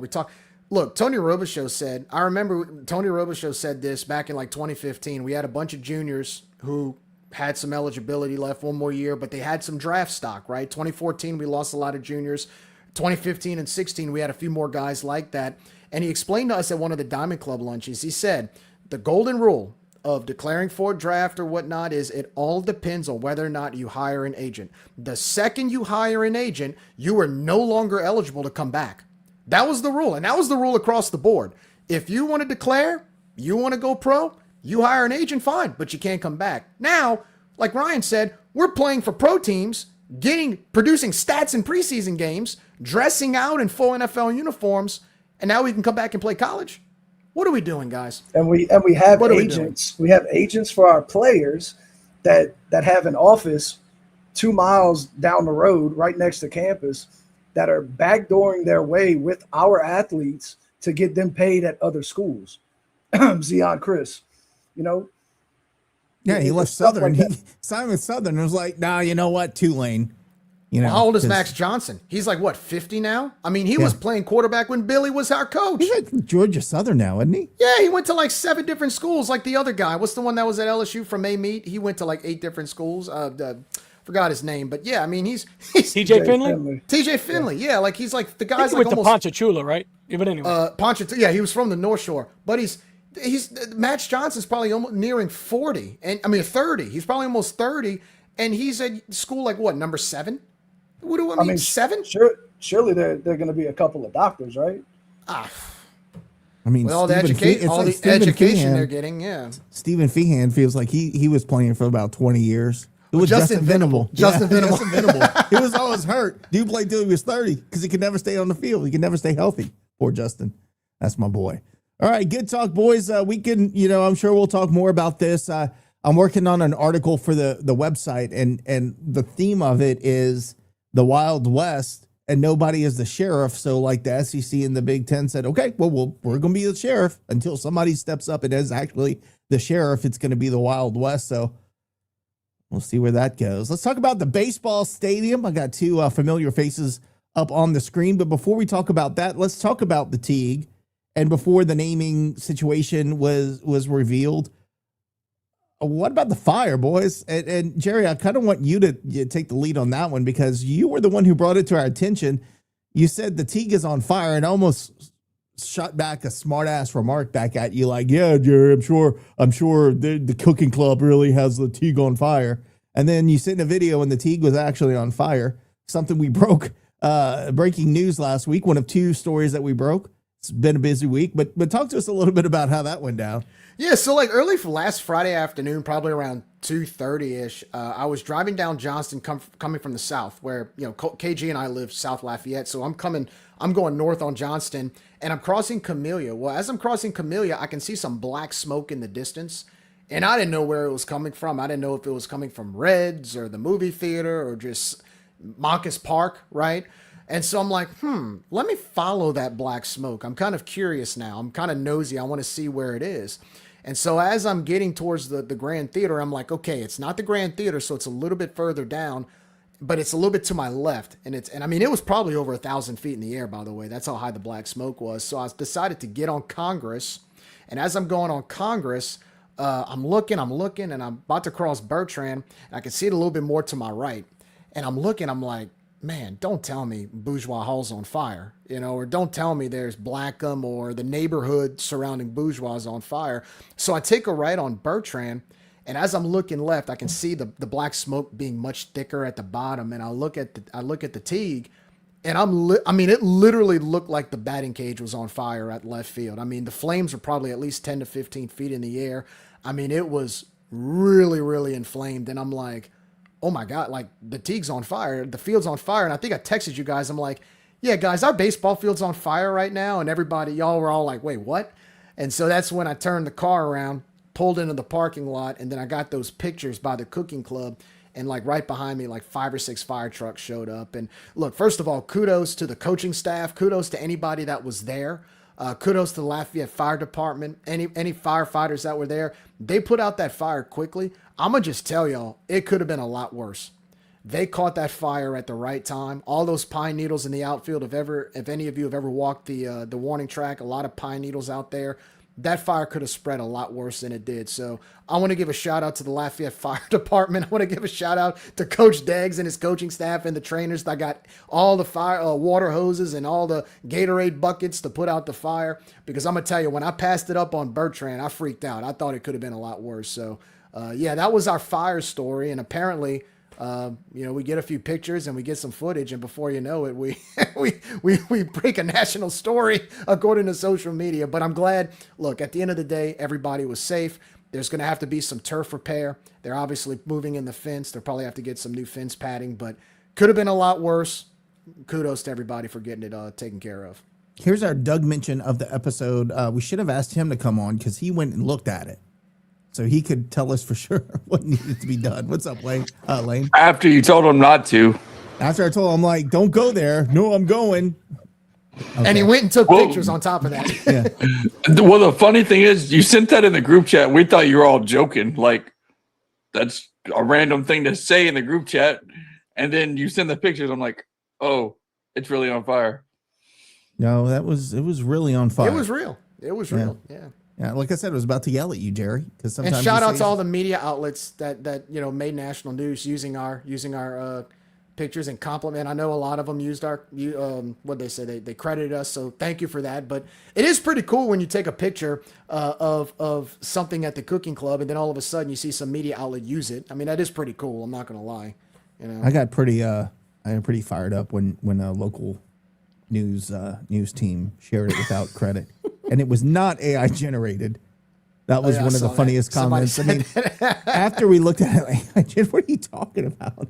And they didn't realize that there was the scoreboard was covered. They all called it the old scoreboard. They were like, "Oh, that's their scoreboard." I'm like, "No, that's the billboard. It's an old scoreboard that we use as an ad board." And the fire just evaporated that Chevy sign. Yeah. I mean, and then the McDonald's sign. Half the McDonald's sign was burnt off too. So we're gonna need a new McDonald's banner on the left field warning pole. But well, after all that, something good did happen, and I'm going to play the music in a little bit. We'll include this as something. Tell me something good. But before we do that, I want to give you guys a peek at something we posted on social media earlier today. It was a video I had worked on when we first found out about this naming thing. So here you go. It's a little bit of a tribute to Robe and ML Tigmore Field. Don't hook. Let's try this again. Sorry, guys. I'm in this profession.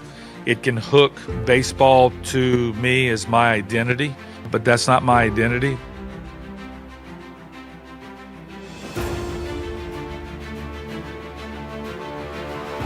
I don't think the good Lord's going to be up there with a radar gun and a stopwatch.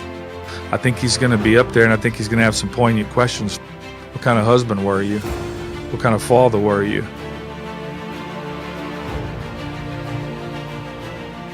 I think he's going to want to know what you've done with your life, and life's personal and professional challenges are the real games, not baseball. You go do the things, you go live your life the way you're supposed to live it.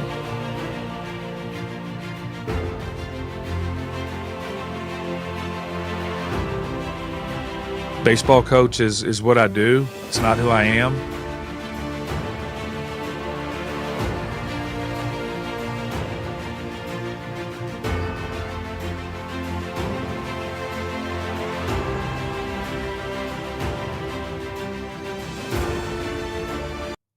There you go, boys. That was a quick peek at the video I put together, which was easy and hard at the same time. I got to tell you, it was easy and difficult at the same time, but it was really something, and I enjoyed putting that together. Thank you, Jerry, for giving me the inspiration and telling me to do it. But just want to give you guys thoughts. And one of the things I also want to ask you boys is, some people are calling it the robe. No, I don't think we call it the robe. But yeah, what do you guys think we should call it? Just out of curiosity. RC, take the lead on this one. I know you have strong feelings about it because in the group message today, you were the most vocal. I want you to start on this one. I'll never call it anything but the T. This was much deserved and a long time coming. Tony Robichaux Park, not a better man's name to put on there, but it's just like Cajun Field. It's not going to be. We're not going to call it Our Lady of Lourdes Stadium whenever we're talking like this or whatever. Say, where are you going tonight? You going to be at the Teague?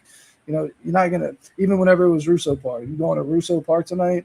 I've never said that, and I never will. I've always said the Teague. I've always said Cajun Field, and I wouldn't fault anybody else for calling it Robichaux Park or whatever. He deserves it, but it's just something that I think that everybody's going to continue to just call it the Teague. Meet us at the parking lot at the Teague. I agree. I mean, the same thing that we did before with Russo Park, MLT Moorfield at Russo Park, do with Robichaux Park. I think it's awesome.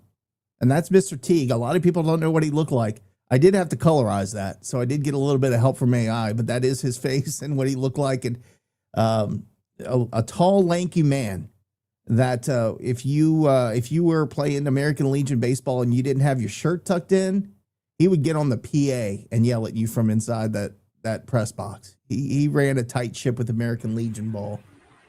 So glad to see that he gets to share his feel with Coach Robichaux now. That video was good, Nick. You did a good job. Shout out to you for that. I appreciate it. It was hard and easy at the same time. It was easy because I knew where to pull for, but it's always hard doing stuff for Roe because when you know the man and what he stood for, it's just tough to think about him being gone for that long. 7 years already. It's kind of hard to believe, but yeah, good times and good memories. All right, boys. Let's talk about the big announcement we had. SpaceX coming to Louisiana, which was about the biggest, the worst kept secret, I guess you could say, of all time. We knew this was happening. I mean, at least the public knew. I didn't know anything before the Katie Realty article came out and said, hey, by the way, SpaceX just bought basically Pecan Island, and that really got people talking about it. But that had to have been in the works for a really long time, and I wanted to give you guys a chance to kind of comment on that. I think there's a big opportunity with the athletic department to potentially, maybe coordinate with SpaceX in some way, shape, or form. Don't know if that will ever come into fruition, but it's fun to think about, right? But I think more importantly, from a university perspective, the video that they almost immediately dropped right after the announcement with Dr. Ramesh talking about SpaceX and how we're ready to coordinate with them and how we're ready to build things and how we're ready for all this stuff to happen.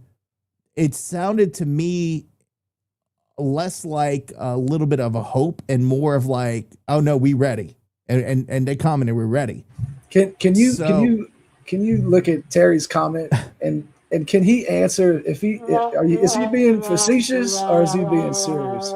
I don't know. It is Terry. I would assume he's being serious, but you never know. Look, we're not here for political purposes, so we're not going to take a stance as far as the impact to the wetlands. I will say that when they had the similar concerns in South Texas when they built SpaceX there, and it was one of the worst upkept beaches. They called it Trash Beach because they were so much trash on the beach before they moved there. It was an absolute environmental disaster.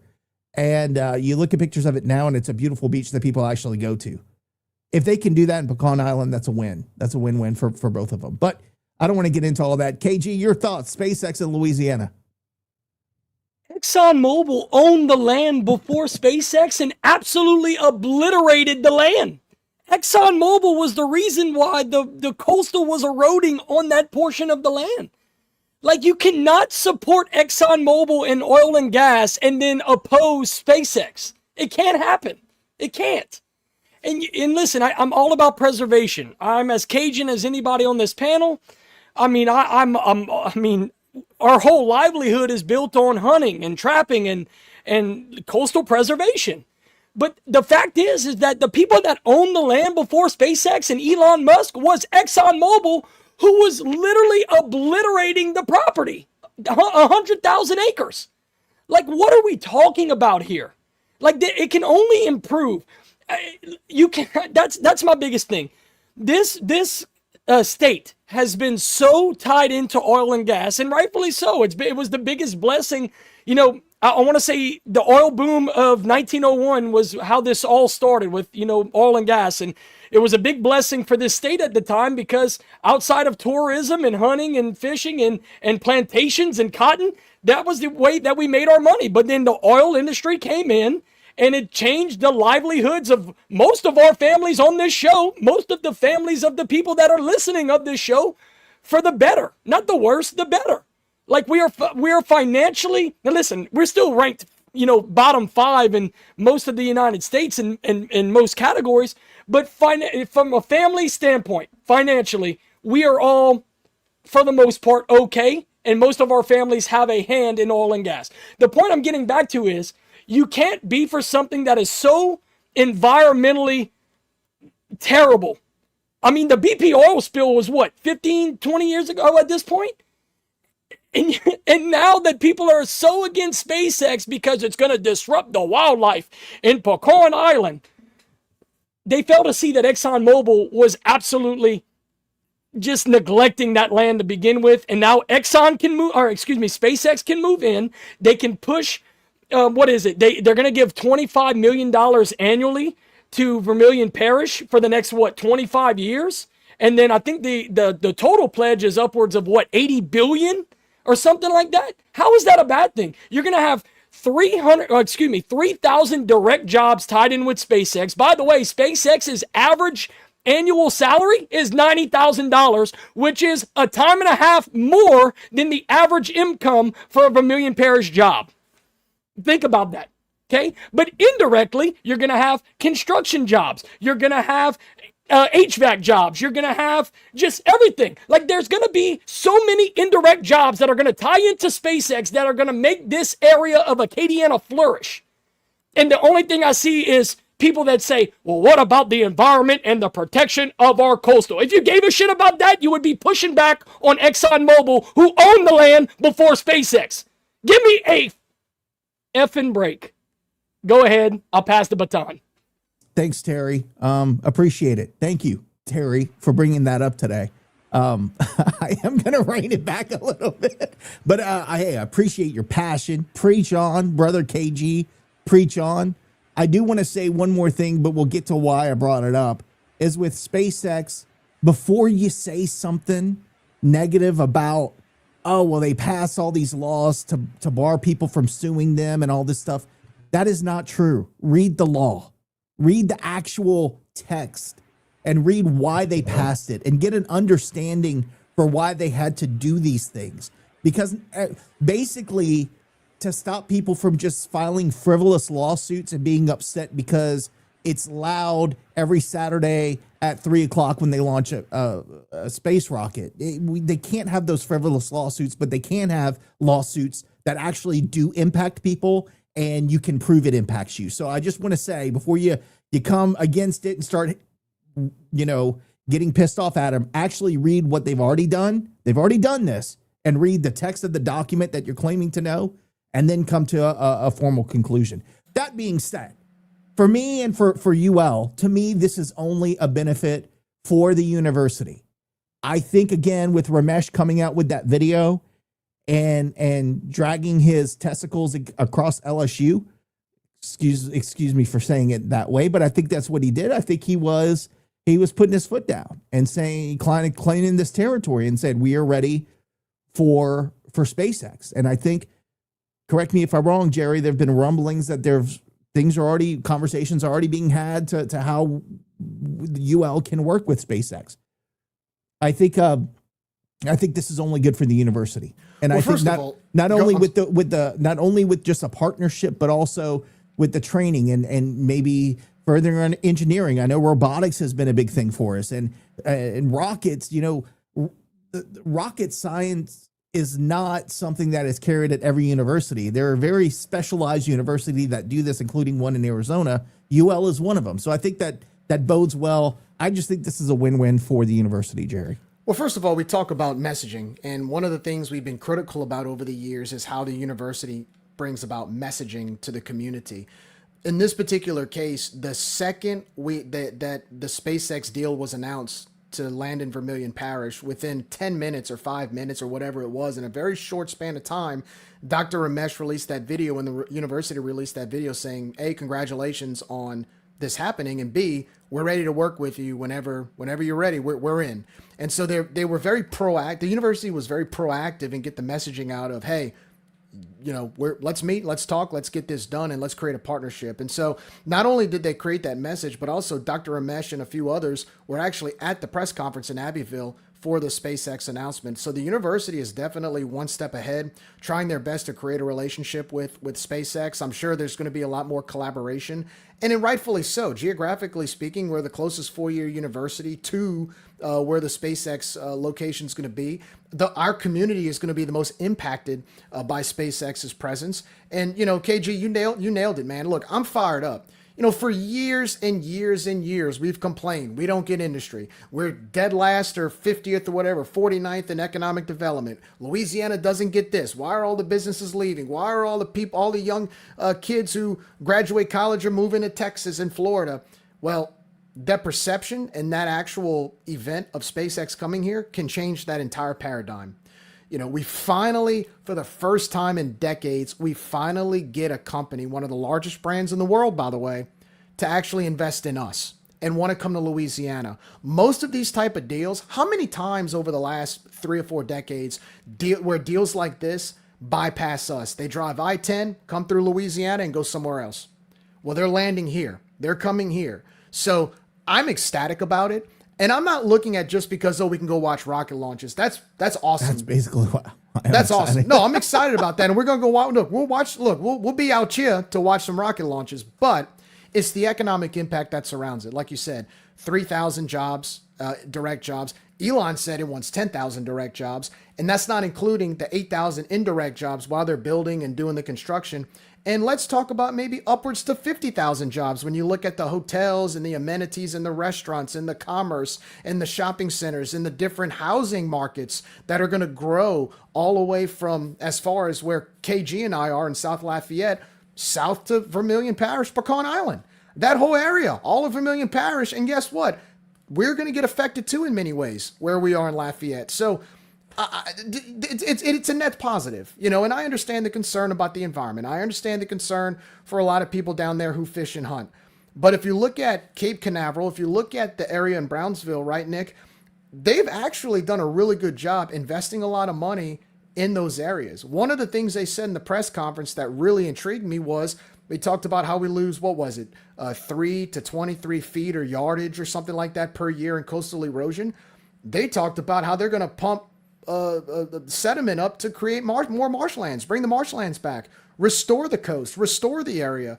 That, to me, if I'm a local, I'm happy about that. And I understand they don't trust them, right? It's an outsider coming in. It's, the carpetbagger mindset. But if they're going to restore the land and allow animals to come in, and you can still have certain permits to fish in certain areas around there, that's a net positive. I think the problem is the ones who are kind of skeptical. They're just skeptical because it's something new and it's change. When you're used to an area that's nice and quiet, it's peaceful, right? And all of a sudden you've got these big corporations come in and make a lot of noise. It does get intimidating, but this is a huge net positive for the state of Louisiana. Look, and here's one more thing I'll say before we move on. Here's the thing. It's not just about SpaceX.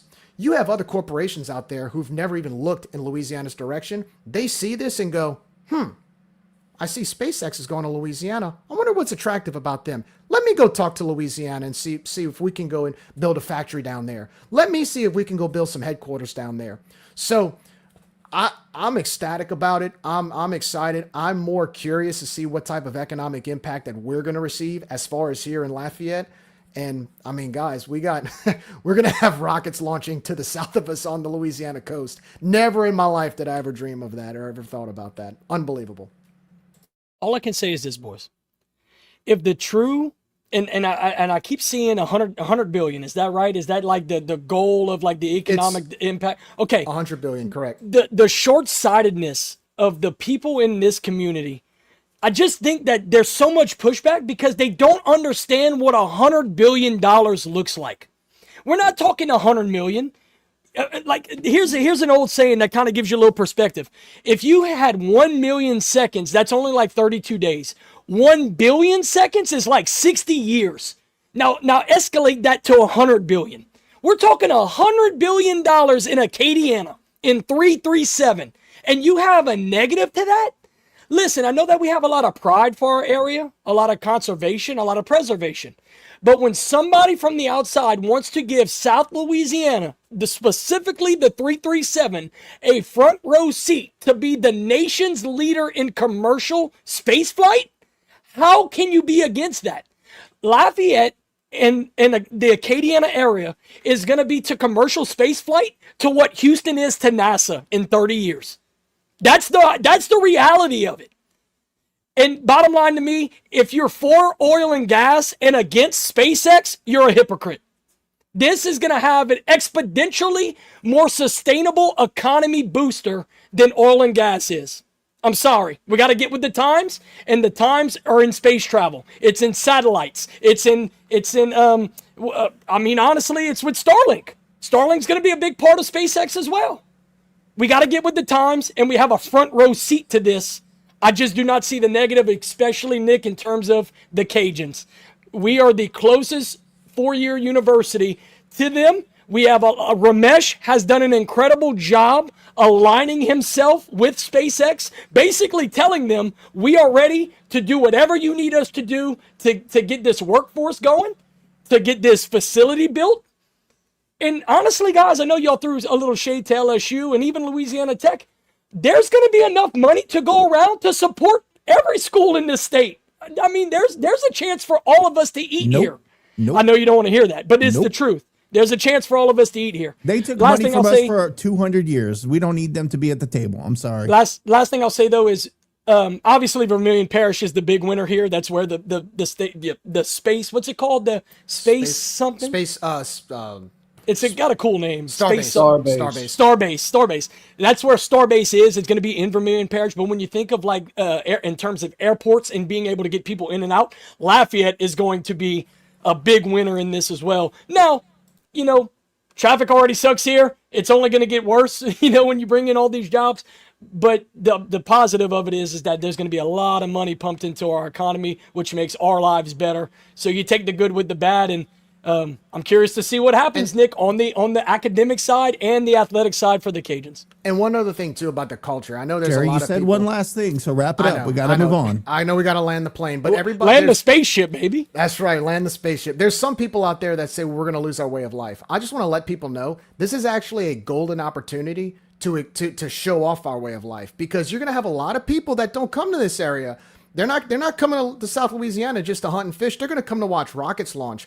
So what better way for us to welcome them in here, all these tourists that are going to come in here to watch it, and say, hey, you know what? While you're here, come eat at this restaurant. Hey, while you're here, come to a swamp tour. While you're here, come to a UL game. While you're here, come hang out with us at the tailgate. We'll feed you some boudin, right? Come over here and come Cajun dance. This is a golden opportunity.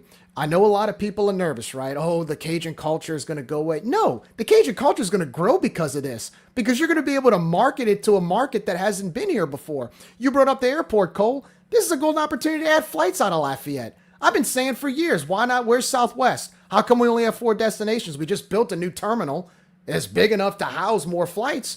Maybe we can add more flights, more destinations, maybe more flights to Orlando or Vegas or Austin or places where we don't go other than just the airline hub cities. So there's a lot of opportunity here. I don't want people to freak out about it. Embrace it. It's a golden opportunity. It's actually going to, in my opinion, move our culture forward. Let's get this done. Let's get it done. Anyway, go ahead, Nick. I'm sorry. Did you get it all out? I got it all out. I'm doing this again. I'm Okay. fired up, man. Right. I'm fired up. KG's we're fired up, dude. This is when you this talking is about big. flying to Vegas and all this crap, We're going to Mars. We're We're flying to Mars, man. All We're going we're to the talking rockets about going right to now is the impact to UL. I appreciate that. UL's going to be what UCF is, dude. Rage and Review can literally go to the moon. Let's do it. We're going to Mars. We're proposing it. Look, right? we're going to Mars. Yeah, we're proposing it. RC, I'm sorry you had to sit through that, but I appreciate your patience. RC's excited. Don't let him fool you. He's fired up too. Well, you know what? I had something to say about it, but whatever. No, go ahead. Say it. I mean, do we have time? Yeah. Yeah, hold on. It. Let me do this first. I want to say this is part of our segment called Tell me something good.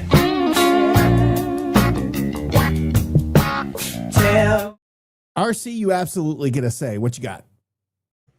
So, not to get Cole, not to get too political, but I think if it was anybody other than Elon Musk, then it would be a net positive. Everybody would be, no pun intended, but over the moon for this. It all has to do with Elon Musk. That's what it comes down to.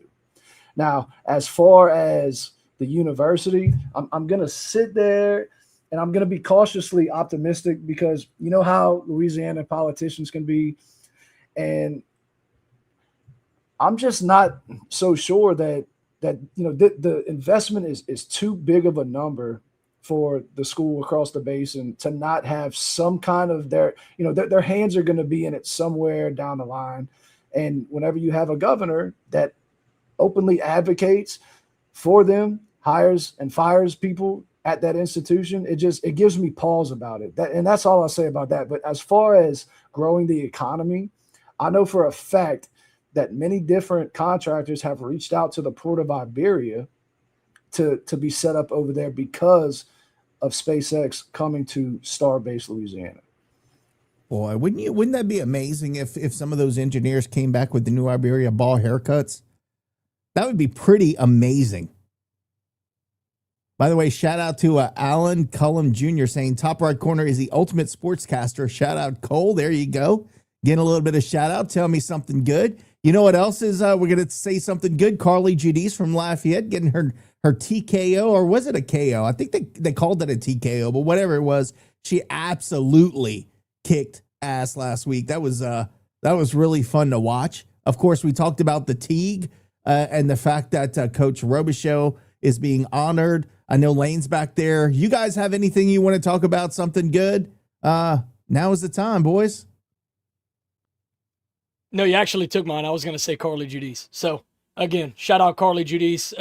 She's the next round of UFC fighters that came through here. It was Daniel Cormier, it was Dustin Poirier, and now we get Carly Judice in the women's division, who, by the way, I don't think it's been public, but she, I think, tied the record for most knockouts by kick in UFC history. Not just women's, UFC history, because I think this is her 4th or 5th. So, I mean, and dude, her career just started. She is deadly with those kicks. So she's only going to get better. And yeah. She also has the highest strike rate in UFC history too. Can't forget that. That's crazy. It's insane. That cat Brock on Chris Logan's morning show on the Planet took a kick from her, and I saw the video, and it wasn't even like, she's definitely not going to bring the heat, but just one little kick took that dude down. Would you take a kick from her, RC? Just just spar a little bit and see what it feels like. No, I would take a kick from her. I wouldn't spar with her because I'm not that freaking stupid. All right. I definitely would take a kick from her. So I am putting that in the notes because, ladies and gentlemen, we're working on getting Carly Judice to the tailgate this season. So no, you're not backing out of it now. No. I know I'm not getting out of it. But if you were here for the 4th of July, you would have seen the slap contest between me and Doug. And what I really want to see is her kick Doug in his stomach. He would totally do it too. I know he would. He would would totally do it. Tarps off, kick to Doug's belly. That would be amazing. That would be definitely the topic for that week's. Tell me something good.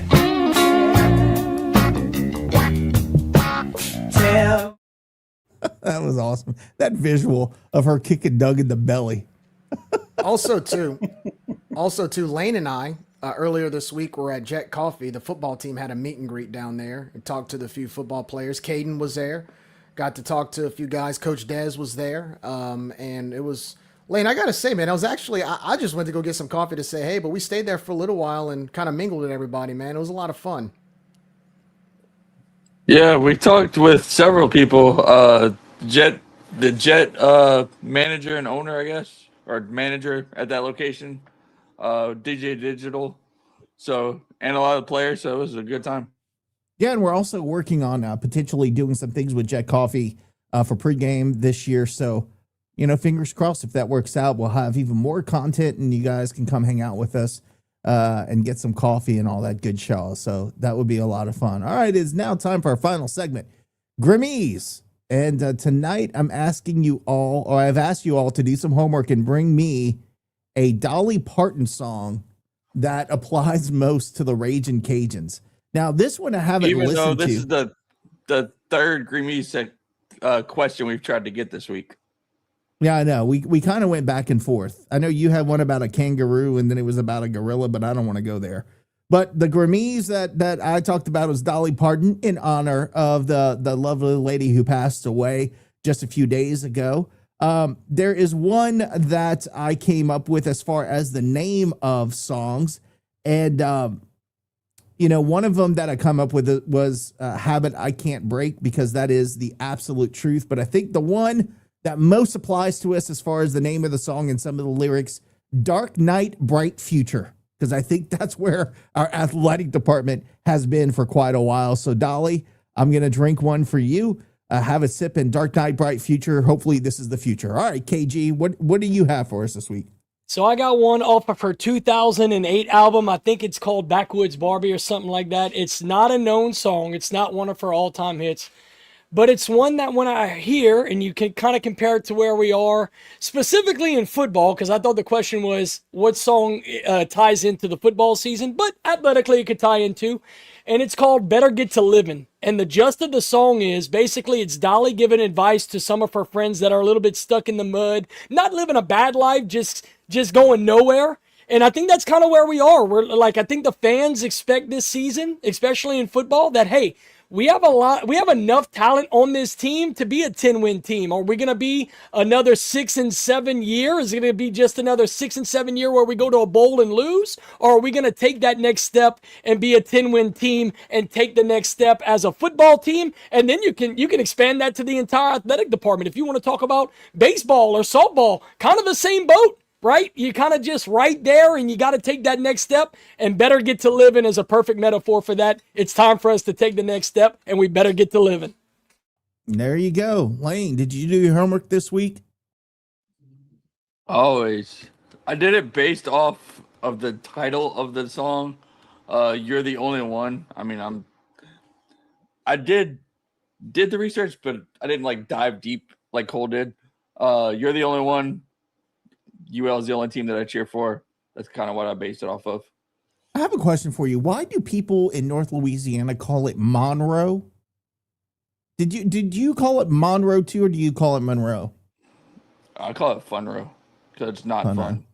Yeah, there was a T-shirt I saw in Baton Rouge one time. It said West Monroe, better than Monroe, and I didn't know what that meant, but whatever. Two different cities, two different. Yeah, no. Fun fact, it is. Monroe is way more fun than Monroe. Anyway, Monroe is West Monroe. West Monroe is far more fun than Monroe. I'm sorry. You had a Nick It moment does have there, the better right? food too. Yeah, had some fun times in West Monroe. We went to some little bars and all that. Good times. Jerry, talk to me. What song does remind you of the Cajuns? So I picked a song called A Coat of Many Colors. It was written in 1971, and it was kind of an old school country folk song. You know, it was early, a lot of those early 70s songs kind of had that folk country type. And it actually was, I listened to it, it was really good. The song's basically about a raggedy coat that Dolly's mother made. She grew up poor, and then she went to school, got made fun of because she wore the coat. But at the end of the day, what really mattered was the coat made her feel rich because she was happy to have the coat. And it's kind of like that as Cajun fans. You know, look, we don't have a lot of money. I know we've gone through some financial pain. We don't pull. It's not like we're a big P4 juggernaut that we pull for. But at the end of the day, being a Cajun fan, there's some richness to it. There's a uniqueness to it, and that's the Cajuns. I mean, look, when we win games, when we win conference championships, when we go to Starkville and play in regionals, we're playing against teams with $6, $7, $8 million rosters, but yet we'll still play our asses off and try to compete with the best of them, even though they may be wearing, Gucci. We're wearing a coat that our mom made for us. It's kind of the same analogy when we talk about drinking out the water hose compared to a Gatorade. So that's what stuck out to me. That's why I picked Dolly Parton's Coat of Many Colors. Had a lot of meaning to it as a Cajuns fan. We still wearing Russell gear, but I'm okay with that because Russell gear is some good gear. That's our Coat of Many Colors, baby. The Russell. Jared, that's a good pull, dude. That's one of our that's probably a top 5 song in her collection. She gets a beautiful lot of song. love. No, it's a beautiful song. A very underrated song that Dolly put out for sure. She wrote Evangeline too. She never sang it as solo, but she wrote Evangeline that tells the whole story of Evangeline, which I thought was pretty cool. RC, what you got? Yeah, so I picked a song that I think kind of encapsulates the whole Cajun culture and Raging Cajun football athletics as a whole. And I picked 9-5. So I think it, it kind of encapsulates the hardworking, the blue collar underdog mentality, kind of doing more with less. We may not get the national attention because we got a school down the road that kind of tries to steal our culture, but they can never be real Cajuns. And that's what I think this 9-5 really encapsulates whenever it comes to Louisiana athletics. They steal everything down there, or try to at least. They steal NFL players too. Yeah. About that.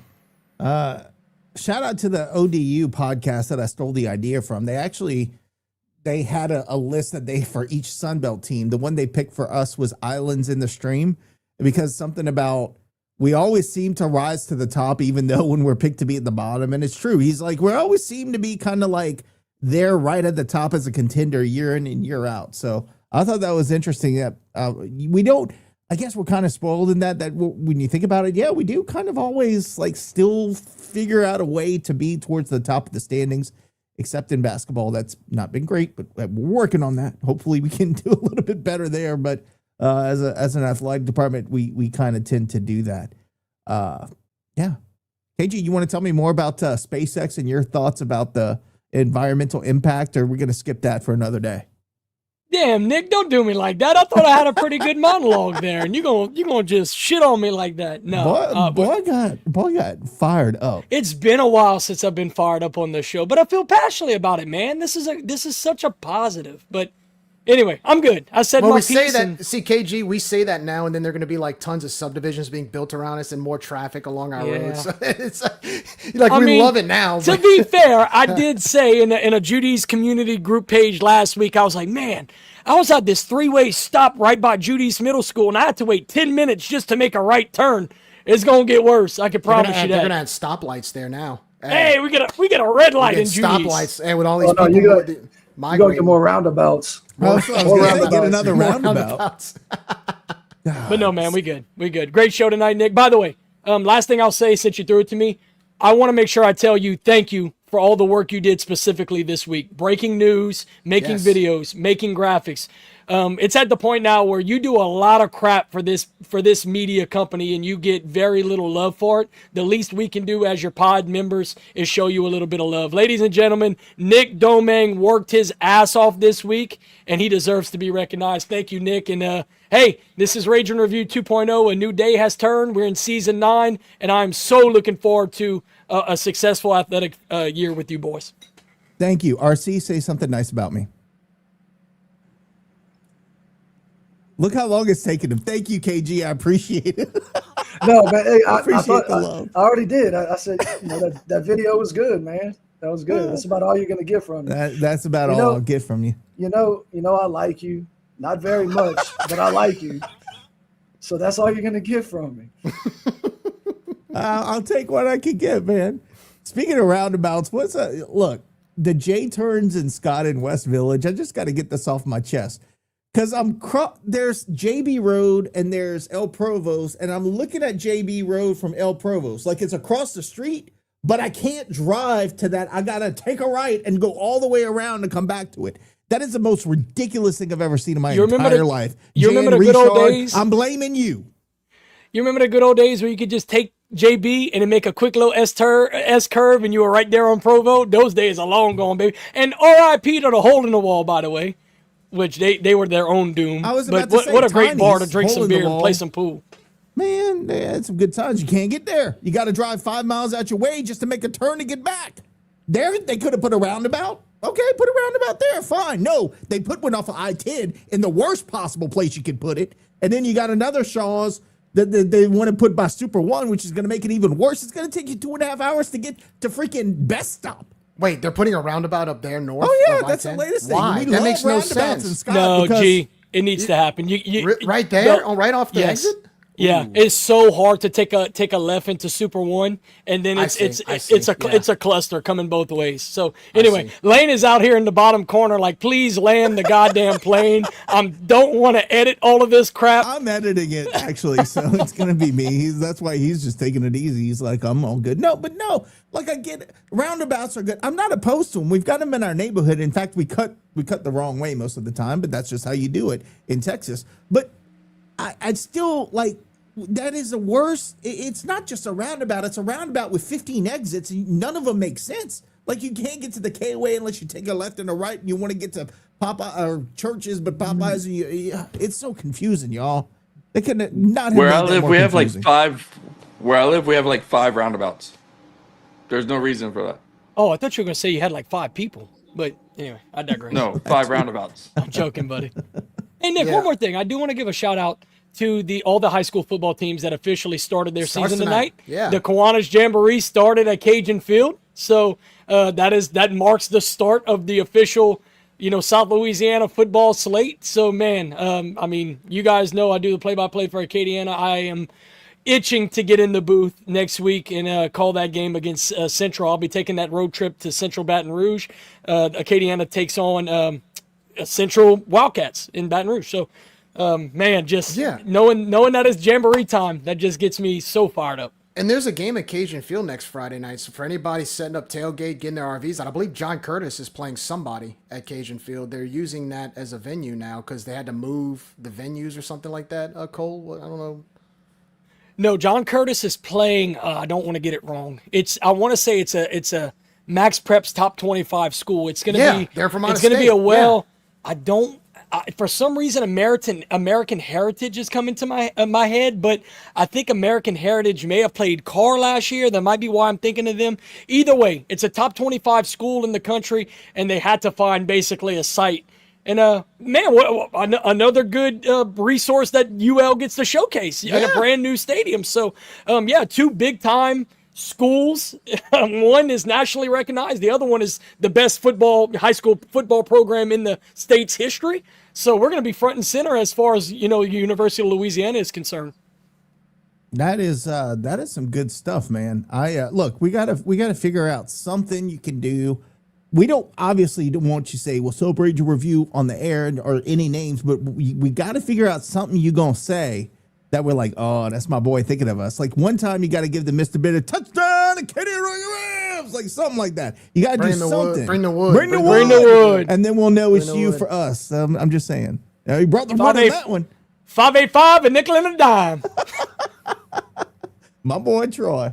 Boys, it's been a lot of fun. Thank you, KG. Appreciate the kind words. If you ever want to see what I'm like whenever I get recognition, that awkwardness for that moment was me because I hate recognition. I don't do this for recognition. I do it for fun and because I love my school and my program and my city. So, but appreciate that. All right, boys, it has been a lot of fun. We will call it a night. We didn't get too after dark because we stayed on time. So I'd say it was pretty successful. We'll take you out with a little Dolly Parton. And until next time, guess what? We're going to start previewing a game next week. So we're only a week away from the Cajuns taking the field. We got some Bud Lights and Natty Light saying goodbye. For all the boys here, Lane, RC, Jerry, and KG. Brand ambassador, hopefully soon for Natty Light. I am Nicholas.